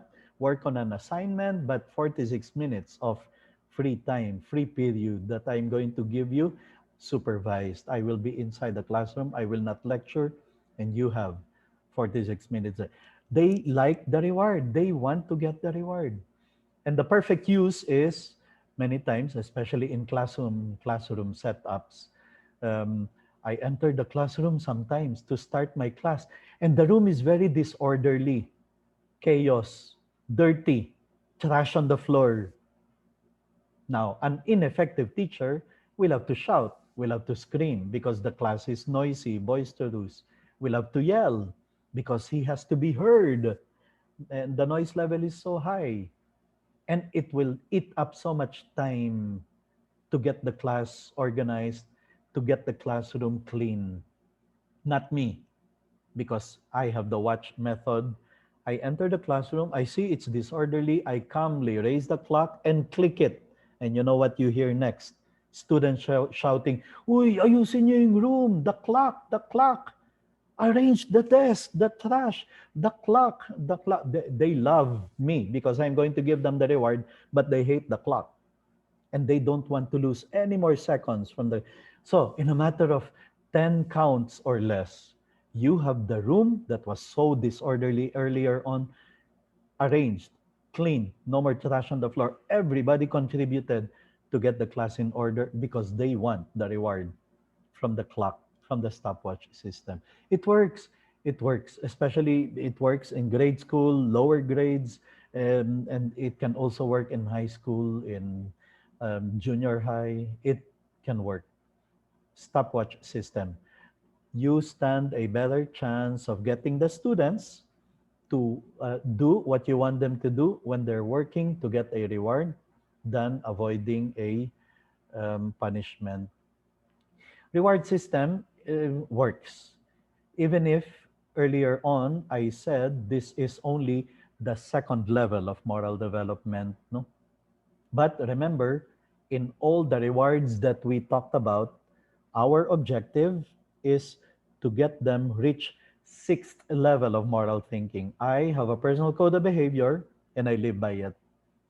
And the way to explain this is at the beginning, okay, class, we have this stopwatch system, we have this bell method, we have this salami, and all these are meant to help you be in this class and help me run this class smoothly, that we never have to stop disciplining, or we never have to stop our lessons in order to discipline. So it's all for your own good. Okay? That's why we are doing all these things. We are putting these things, systems in place. This is for you so that you make the most of your stay in the school. That's having a sixth level of moral development. We live by principles. We do things right because this is just how we do things here. This is just how Oro Christian Grace School does things. And that's why we do it this way. Okay, well, I have given you a number of strategies, some of them doable in the very first day. Others we will have to prepare for as we prepare for a new school year. There are two roads that lead ahead of you. One leads to a place where people have no character, no values, no virtues. And the students there, the people there, abuse each other, use each other, step on each other. That's why you can imagine the environment. And you can imagine what those young people will be when they grow up. That's the easy way. No need for strategies. No need to learn new things. Here's another road that leads to a place where people have character, where people live by values, by principles. But along the way, it's very tough. Teachers have to work harder. Teachers cannot be minimalist.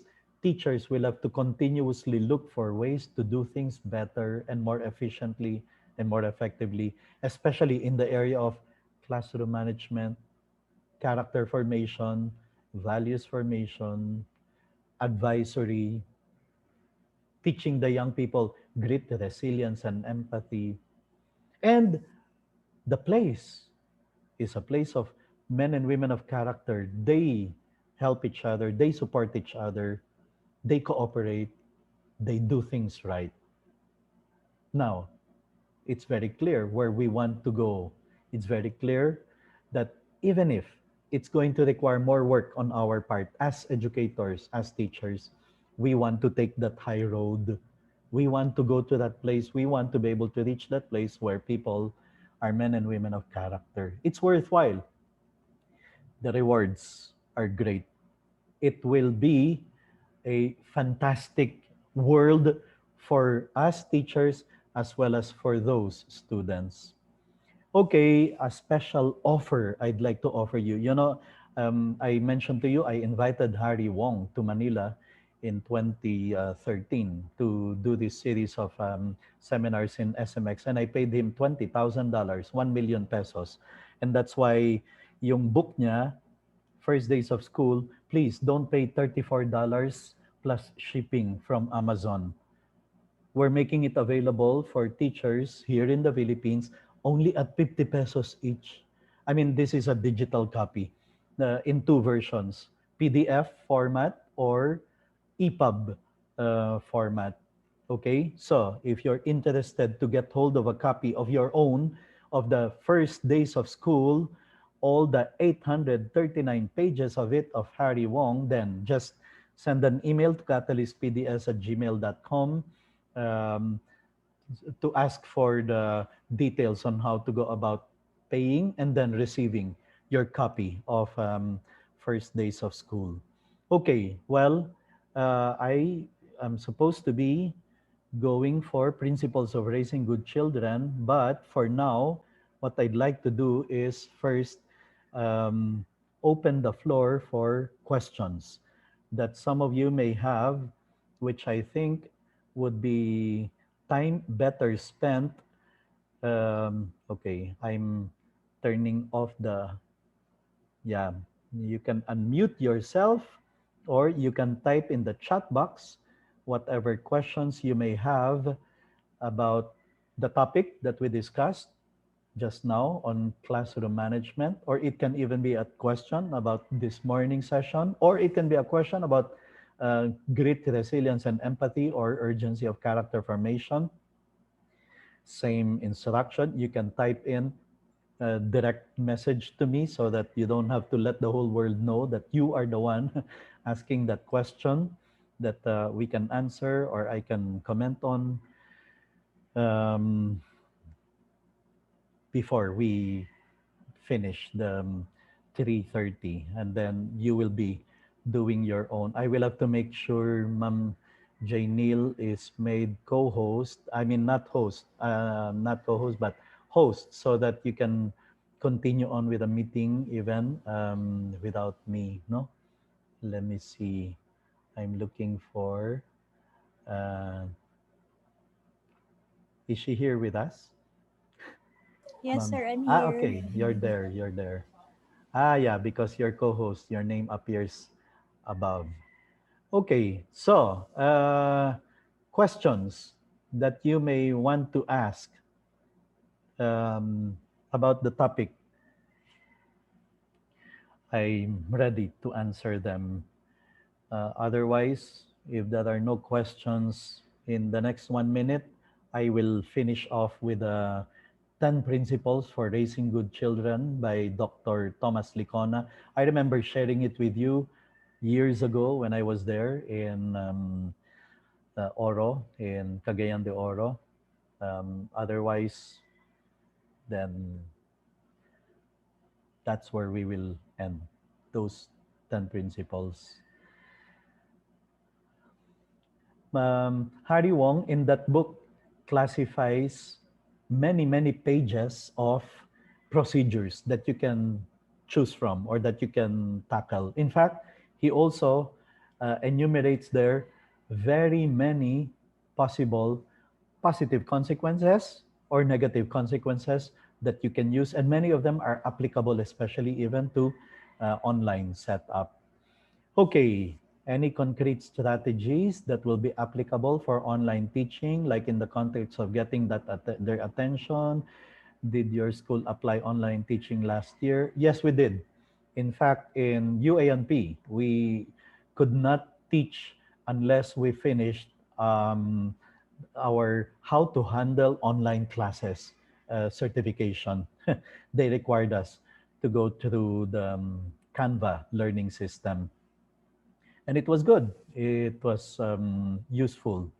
Now, something to keep in mind, I mentioned this, I think, last Friday.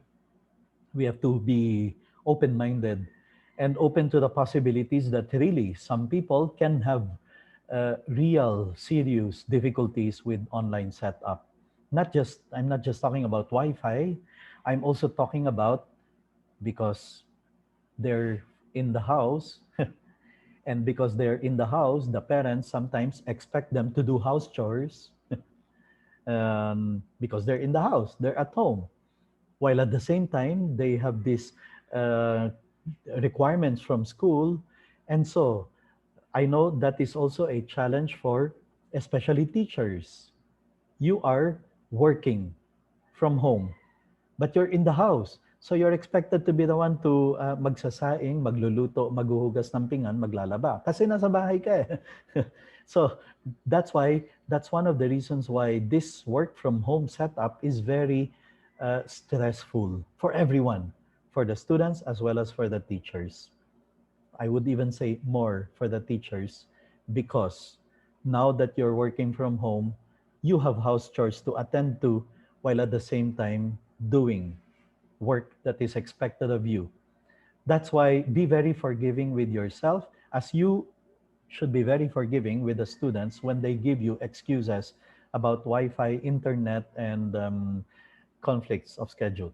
That's why a strategy is to make sure that while you give them work to do, outputs to prepare for, to produce, or to make, or to put together, um, we have to be very much on our how do you call that, open to the possibility that they will be encountering certain technical difficulties. Don't give an assignment now expecting that they should submit it, produce it by tomorrow. I mean, give allowance. And when you give your assignment, make it clear so that you are giving them allowance. Okay, class, I expect you to produce this output, and I'm giving you 5 days, okay? Because it's possible one of these days you might have difficulties with internet, no problem. It's 5 full days I'm giving you to be able to submit that output, that reflection paper, that reflection journal, that essay, or that output of a report that I'm asking you to make. Don't come to me later on saying that you had problems with internet on this day. That's 5 days I'm giving you. You can work it out. Please make sure you do work it out. Okay. And then, as I said, especially now, because we will have to be doing things synchronously or asynchronously, you leave much of the work many times to the sense of responsibility of the students. While we have this high expectation that they will be responsible, there will be difficulties along the way. Now, something that you should be doing, we talked about this last meeting, is making the students do a lot of journal writing. Okay, what worked and what didn't work this week, what problems you encountered, and for all you know, there are many things we will discover about their situation at home that otherwise we would not have known if we didn't make them do that journal, if we didn't make them write that reflection paper. um, Part of being caring, more caring than usual online, in this online setup, is hearing them out. And how can we hear them out?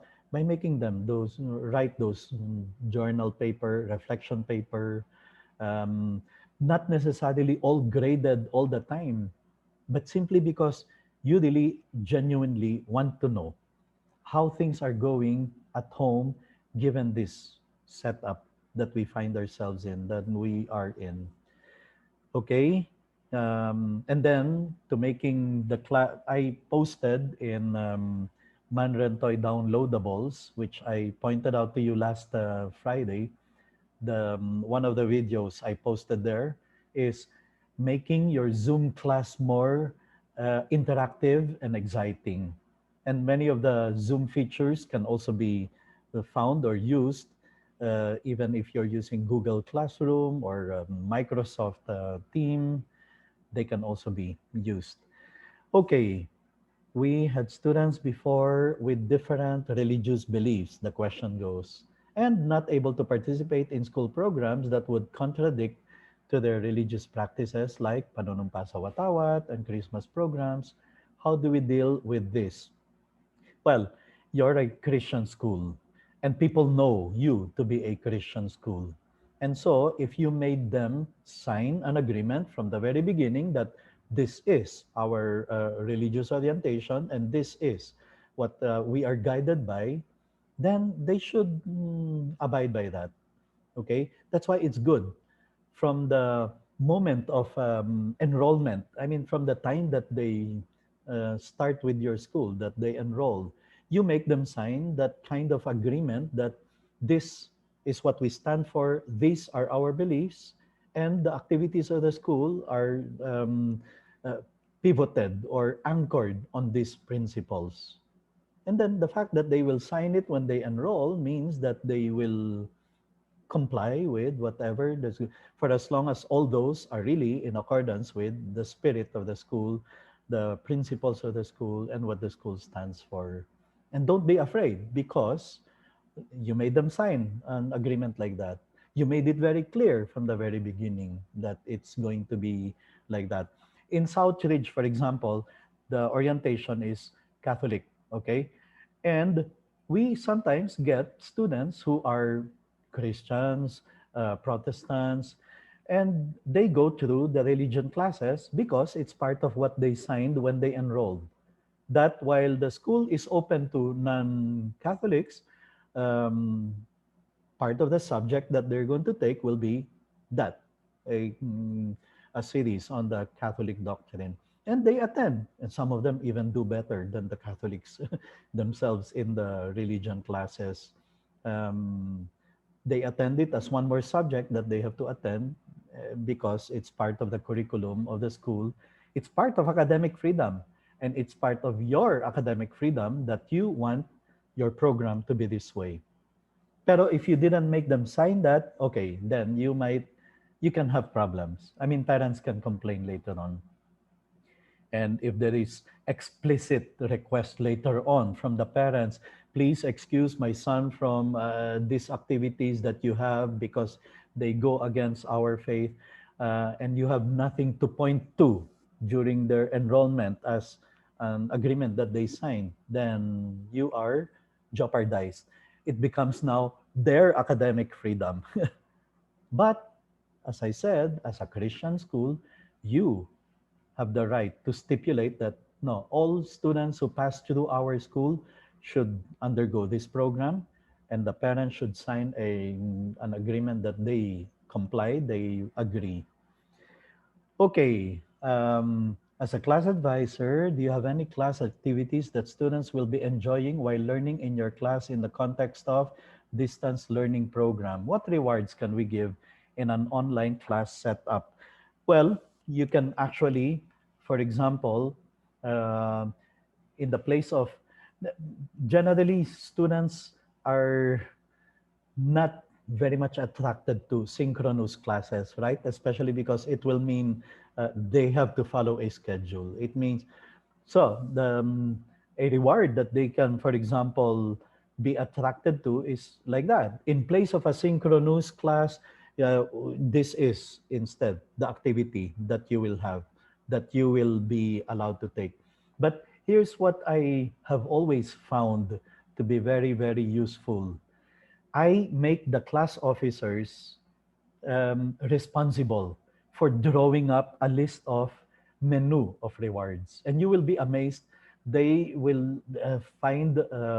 I mean, they're very creative in coming up with rewards that their classmates will be very much excited to work together for. So um, uh, you can pass it on to them as their responsibility.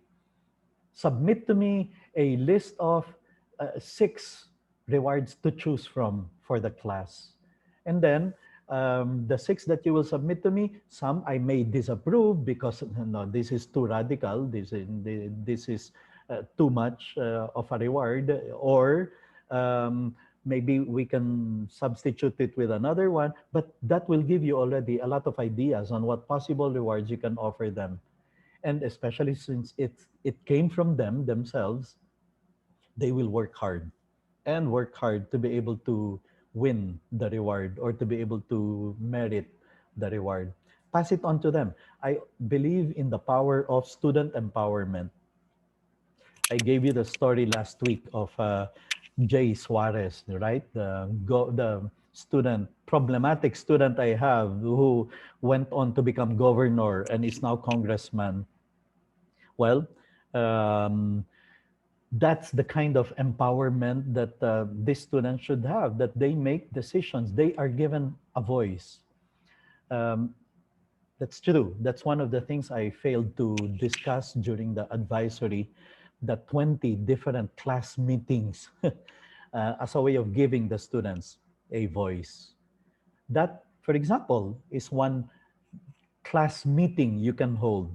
Okay, class, I'm going to attach rewards to our online class system. Okay, I want ideas from you.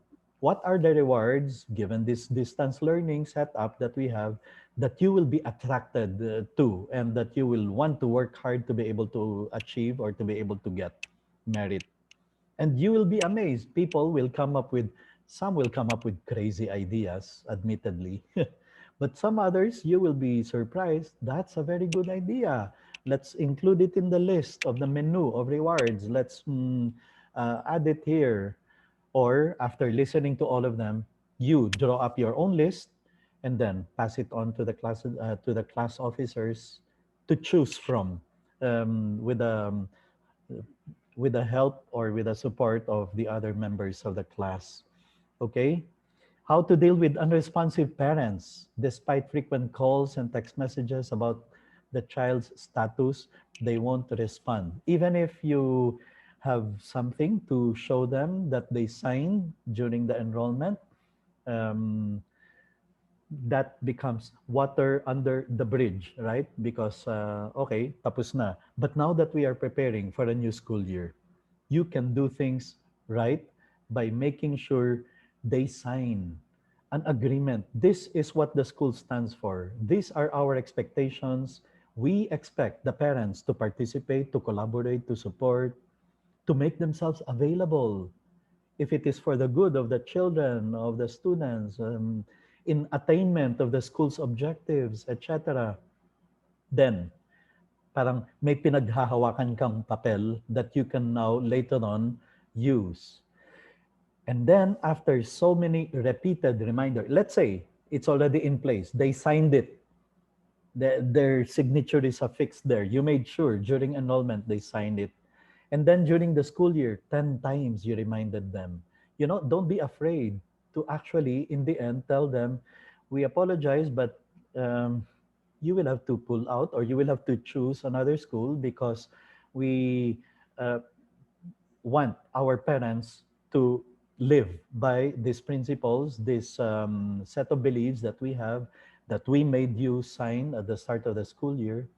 And that's not a failure on your part. It's already on their part. For all you know, they will say, no, no, okay, we will start again. We will do our best this time around to make sure we comply.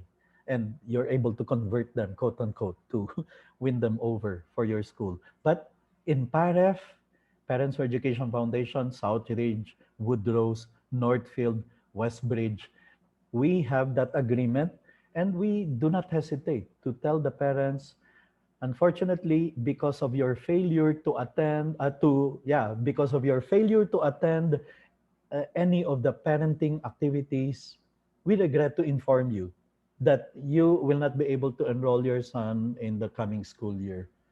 And well, happy for us that we don't have to go through the tough time of and happy for them because maybe they also feel pressured about the reminders. And okay, so for the good of both parties, so let's part ways. Look for another school that will not require you to do what we are requiring you. But we have our philosophy of education, of teaching the students and making them learn and raising these young people to be men and women of character. That's even good for the school. You are able to assert what you really stand for. Then that's a sign of a hallmark of a great school when it is able to put its foot down and say, no, we have principles that we live by, that we expect our parents to live by. Okay, so in assigning teachers as advisors, will the newly hired be given advisory class right away? What are the pros and cons on it? Well, some new teachers who may have had experience in the past, no problem. But new teachers, and then they are not given training, I would hesitate. Best is first to make them assistant class advisor, to learn from the pros, to learn from the experts, to learn from those who know how to do it right. Now, if you really have no way of being able to not assign a freshly hired teacher, just make sure you do not fail in giving intensive training in advisory, of even giving this newly hired teacher a mentor among the senior class advisors who have had years of experience, to make sure that there is one-on-one training, mentoring, coaching before before we even start the new school year. Because remember, the class advisor will be the subject of conversation in the dining tables on day one of the school year. I mean, I really tell you, the students and the parents ask the kids, so what happened in your school today? And they will tell you about how good or how amateurish their class advisor was in doing the first day of the school year. That's why one of the workshops you should do before you open the new school year is a workshop on what do we do in the first days of the school year, hour after hour, the activities, the schedule. This time we're going to do this character inventory diagnostic test. Then we will review the procedures on the first day, and then we will have this team building, and then we will planning out concrete schedule, minute by minute schedule of the first few days of the school year, and making sure that the students will go home telling their parents how excited they are for the first year, how excited they are in their new school, especially for the new students, no? Which is another thing you should prepare for. There should be intensive orientation with the parents, new parents, and the new students, telling them this is how we do things here in Oro Christian Grace School. These are our principles. These are our core values. This is what we believe in. Very, very well prepared orientation for parents and orientation for new students. Don't overlook that. Don't think, bahala na yung class advisor dyan. What if the class advisor precisely is also new in the task and is not able to deliver an excellent presentation of this is what the school stands for, this is how we do it. Um, there. So, in fact, well, in any strategy talk that I give, orientation of new teachers, new parents, new students occupy a very important place. No, we should not overlook it if we want everyone to be in of the same mindset and to be in the same page. What were the problems that you have encountered in the school that you are teaching last year that we are implementing distance learning program? What were the solutions? The problem has always been this problem of technology. Many times it's the problem of suddenly the student encounters difficulty with Wi-Fi in one place or another. But the biggest problem that I encountered is mental health issue of both the teachers as well as the parents. I mentioned that to you. 1 week pa nga lang ng online learning, you have a student breaking down, crying. 1 week pa nga lang ng teachers, you have a teacher talking about, this is not what I'm prepared for. This is not what I was trained to do. They start being very anti-distant learning, online learning. And it's not because it's not working, it's just because there's what we call the learning curve, right? I mean, all of us go through that learning curve. We're not experts in this. And administrators should be very clear about this. No one is an expert in this online teaching because this is not what we spent 4 years in the School of Education for. And those of you who have been with me in the classroom for the last 20, 30 years, this is not just how we have been doing things the last 30 years. So be forgiving with yourself as we are forgiving with the students, as we are forgiving with our teachers. I mean, I'm talking about administrators being very understanding. So, very important that there is, for example, a crying room. I mean, if a student, for example, is going through tough times mentally, psychologically, um, there should be a room, whether it is a Facebook room or a Google room that he can run to ask for help or to tell people, I'm going through tough times. I need support. I need help. Just as students have that, there should be something like that for teachers. The HR office might need to think up of ways that she is on top of the mental health of the teachers. What support do they need? What encouragement do they need? I mean, is that what they need in fact most at this point? Encouragement or an assurance that don't worry, it's okay. I mean, we're not going to evaluate you based on what we are experiencing in this first week, in this first month. Everyone is going through this learning curve. Don't worry, you're going to surpass this as we have surpassed so many worse problems in the past. But yes, we have to be encouraging each other. And maybe we need a certain buddy system, as we did in one school.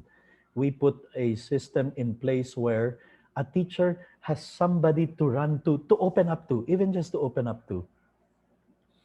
Um, a few weeks after the opening of the school year last year, I communicated with one friend, a teacher in an all boys school.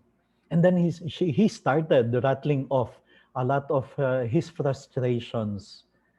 And then after just oh my, you really, how tough, so sorry to hear that, I will pray more for you. After all those things, he simply said, it feels so good that he is able to unload, because he couldn't unload it to the principal, to the director, to another teacher. He just couldn't do it. And he said, now I realize the importance of just having someone to listen to you. Now that we seem to be more connected because of this online thing, we are actually more disconnected than ever. And we let's not forget that.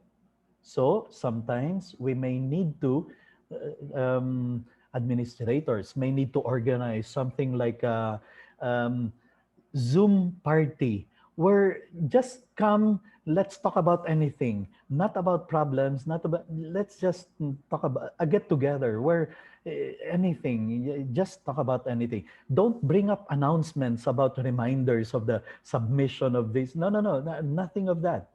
Just friends hanging out online, talking about what you want to talk about.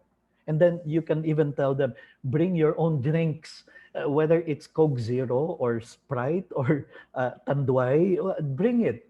And then let's just hang out, online hang out. I do that with my students every now and then. And they love it because they need an outlet.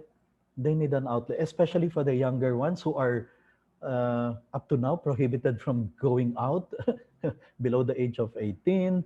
Uh, Bawal. And so, um, this is very important for the sake of our mental health. Every now and then you hear about mental wellness break, right? Pero yung break na pinag-uusapan nila is wala lang, no classes, no online, no asynchronous, no nothing. But for some, it's not a break. The break that they need is to get together and just have somebody listening to them. And then people just free to unload and get the heavy feeling they have inside, share it with a friend. And the friends listening, not judging, no evaluations, no. And sometimes, when some people open up to you, it's not because they're asking for advice. They know what to do deep inside them. They know what to do. They're not at a loss. It's just that sometimes they just need a listening ear, and maybe that's what we just have to do. Mental no, mental health break means let's get together 30 minutes, maybe just talking about the um, nice movies you got to watch in Netflix recently, the funniest videos you've seen lately in Facebook, and then share it with us, make us laugh, make us rest, make us just have a good time together online. Okay? Last year was very tough to all, I know, and everybody knows that, but sometimes it's true. Maybe we need some people to acknowledge it.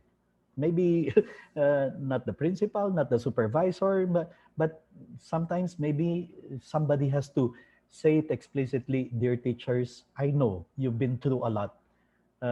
That's why we have come up with this idea. Let's do this as a way of resting, as a way of supporting each other, or that there is this email address that you can send whatever you want to unload about home, problems with the students, problem with this online setup, fear of the COVID. All of us are grappling with this right now simultaneously. Okay, so yes, agreement about the mental health, classroom management. What if I was unsuccessful in putting in place the procedure in the first days of school, but in the middle of the school year, I failed to be consistent and firm? What do I do to bring back that order in the class? Because at any point during the school year, you can actually tell the class, this is the script Harry Wong teaches us. Okay, class, I know there have been difficulties the past meetings, okay? But I want our class to run very smoothly. That's why I decided we will put the following procedures in place for the good of everyone and for the good of the classes for the rest of the school year. Okay? And here are the procedures I want to teach you. When I need this, this is what you do. When I want you to do this is what I want you to do. Let's rehearse it. Let's do it. After I teach you, let's rehearse it until it becomes routine. And that's the middle of the school year. There's an acknowledgement that we could have done it before, but anyway, it doesn't matter. We still have these remaining months. Let's make the most of these remaining months, and let's put these things in place. It's for your own good, so that we are able to cover whatever we need to cover. So that's the script. Yeah, who's that? Rafe Esquith or Harry Wong even talks about. You can even introduce new rules if you want, middle of the school year or middle of the semester, with that script in mind. This is for the good of the class. This is how we're going to do it from here on, because we could have done it before, but we didn't. Anyway, it doesn't matter. Let's make the most out of the remaining school year that we have. Okay, in assigning students writing activities like reflection paper or journal, still many don't submit outputs on time despite the reasonable deadline the teacher set for submission. How much consideration should we give the students regarding submission of outputs in this distance learning? Okay, it doesn't also mean that forever you will be forgiving. That's lowering standards as well. If you announce very clearly that you are giving them due consideration for possible technical difficulties, and that's why you're giving them this much time, then you announce together with that a consequence if they fail to submit the output on time. Okay? So you will have to explain, for example, that, okay, class, I'm giving you already leeway. 1 week na ang ibibigay ko sa inyo. And if you still are not able to submit that on time, well, we have to have a consequence in that. Like what? An additional workload? Okay. But you explained it way ahead of time. But please, face the consequence because otherwise, parang naglolokohan lang din tayo na I set a deadline and then you don't respect that deadline. It will be unfair for the others who will do their best to meet the deadline, to be able to beat the deadline. So, to be fair with all those who work very hard to meet the deadline, there should be a consequence for those who will not be able to submit on time. For example, uh, together with that will be a reflection journal on what went wrong, why I didn't get to submit it on time with the signature of your parents. Meaning to say, your parents should be able to read that reflection paper that you write explaining why you were not able to meet the deadline. And I tell you, many of them will be very careful about that because the parents know, was there really no Wi-Fi that day? Did they really have problems, technical difficulties at home? If they're really not lying, it's really the truth, then they wouldn't be afraid to let their parents sign. You know, that they print it out, the parents should sign there, and then they scan and submit it to you as part of the consequence of their failure to beat the deadline or follow your schedule. I would like to ask you about your idea about students' evaluation as part of teachers' performance, especially now that it's online. Well, there's always wisdom to getting feedback from students. Okay? In UST, for example, where I took my MA and PhD, we cannot enroll for the next semester unless we submit our evaluation of the previous teachers. And part of the evaluations is part of the evaluations, can you imagine, is if the teacher really starts and end the class with the prayer. If he teaches something that goes against the doctrine of the church, because UST is a Catholic school, so they have the right to put that in place. Something like 50 questions that by which we evaluate the teacher. And okay, it's possible you can have students who are immature, not to be honest with their answer, and they look at it as their way of getting back at the teacher. I mean, it's possible. You can have situations like that. But if the questions anyway are designed with that possibility in mind that the students can be very, of course it's very subjective. That's the reason why you're getting the feedback of the students.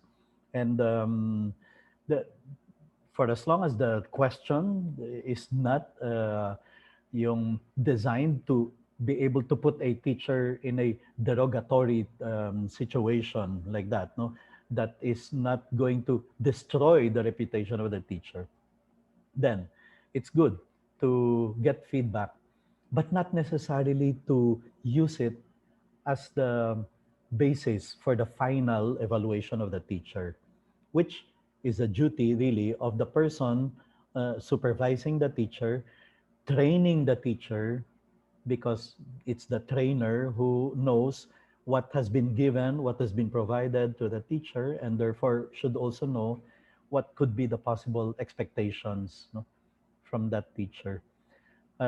So, in my case, in Southridge, Northfield, Westbridge, I make my students write an evaluation. I want to get feedback from my students. And I'm not afraid to hear things that may be negative. In fact, it is from the negative that we will be able to get ideas on how to be better, and how to get our teaching more effective. And if the teacher really has been doing his best, her best throughout the school year, what is there to be afraid of? It is usually those teachers who are minimalist, or they really have problems with basic things as punctuality, order, professionalism, etc. Then the really the feedback could really be bloody. I mean, the students may actually have many valid things to say against the teacher, should that be the case. But as a teacher, we have to have that mindset of, I want to improve, I want to be better in my craft. And so I want to hear, what do the students have in mind about my teaching, about how I handle the class. Okay. um, we could cut off some of their questions. Okay. Yeah, because that might be no time anymore. Last, a few students in the past who were scared of attending the class. As a teacher, what interventions can be taken to check the cause of this? Well, that's where you need the parents' collaboration. Many times you are not aware of what's happening at home, or what's happening in the house, which, by the way, please factor that in as well. The students are locked in with the parents also at home, which is a very strange setup. I mean, students are supposed to be inside the classroom with a teacher, and the parents are at home or at work. But now, both of them, the parents and the students, at home. And the parents are also stressed out by this work from home, trying to eke out a living, trying to survive with this situation. And at the same time, to have food on the table, they are also stressed out by the situation. That's why this situation we find ourselves in is very special. Let's just convince ourselves that matatapos din to, malalagpasan din natin to. But for now, we all need support of each other.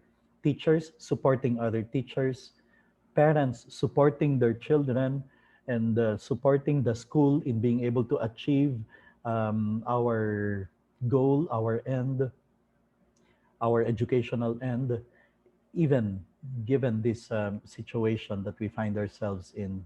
Let's be very understanding, very forgiving, very considerate, but at the same time, trying to maintain a certain standard of excellence in the way we deliver our lesson, in the way we make the students learn and understand. And then sooner or later, we'll be back to what we really are prepared to do, impacting the lives of our students inside the classroom, teaching them um, what they need to learn in the way we were taught how to do it in the schools of education. Okay? Well, so I guess we cannot proceed more. It's 4 o'clock already, and you might need to do more discussions on your own. And so I will leave you already, Ma'am J. Neil. Sir, yes, Yes. sir. Sir, please do not leave yet. Okay. I'd like to call our principal, Teacher Jeanette, who would like to say something po.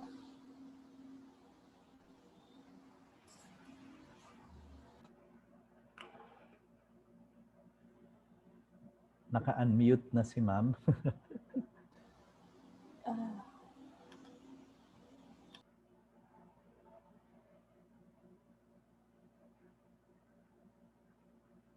Teacher Jeanette, I'm It, not yet unmuted. Okay. You can unmute yourself, Teacher Jeanette, na.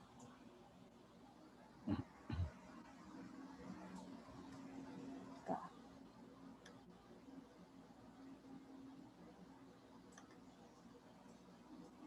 Okay. Ayun. I'm finally unmuted. Good afternoon, Sir Man. Good afternoon, Ma'am. In Hello. behalf of the teachers and staff of our Christian Grace School, I would like to wholeheartedly appreciate you for the relevant teachings and loving reminders you have given us during the 2 days training. Thank you so much, sir. As always, uh, you have effectively motivated us to be excellent in our service to God and to be champions of character for our students to emulate. No, we always enjoy having you in our in-service trainings. And thank you very much for being a strong partner in our faculty trainings as well as in our parenting seminars. Sir, available ba kayo for parenting seminar this school year? Of course, for Oro, I should be available. Well, Wow. I look forward to being able to actually personally go again to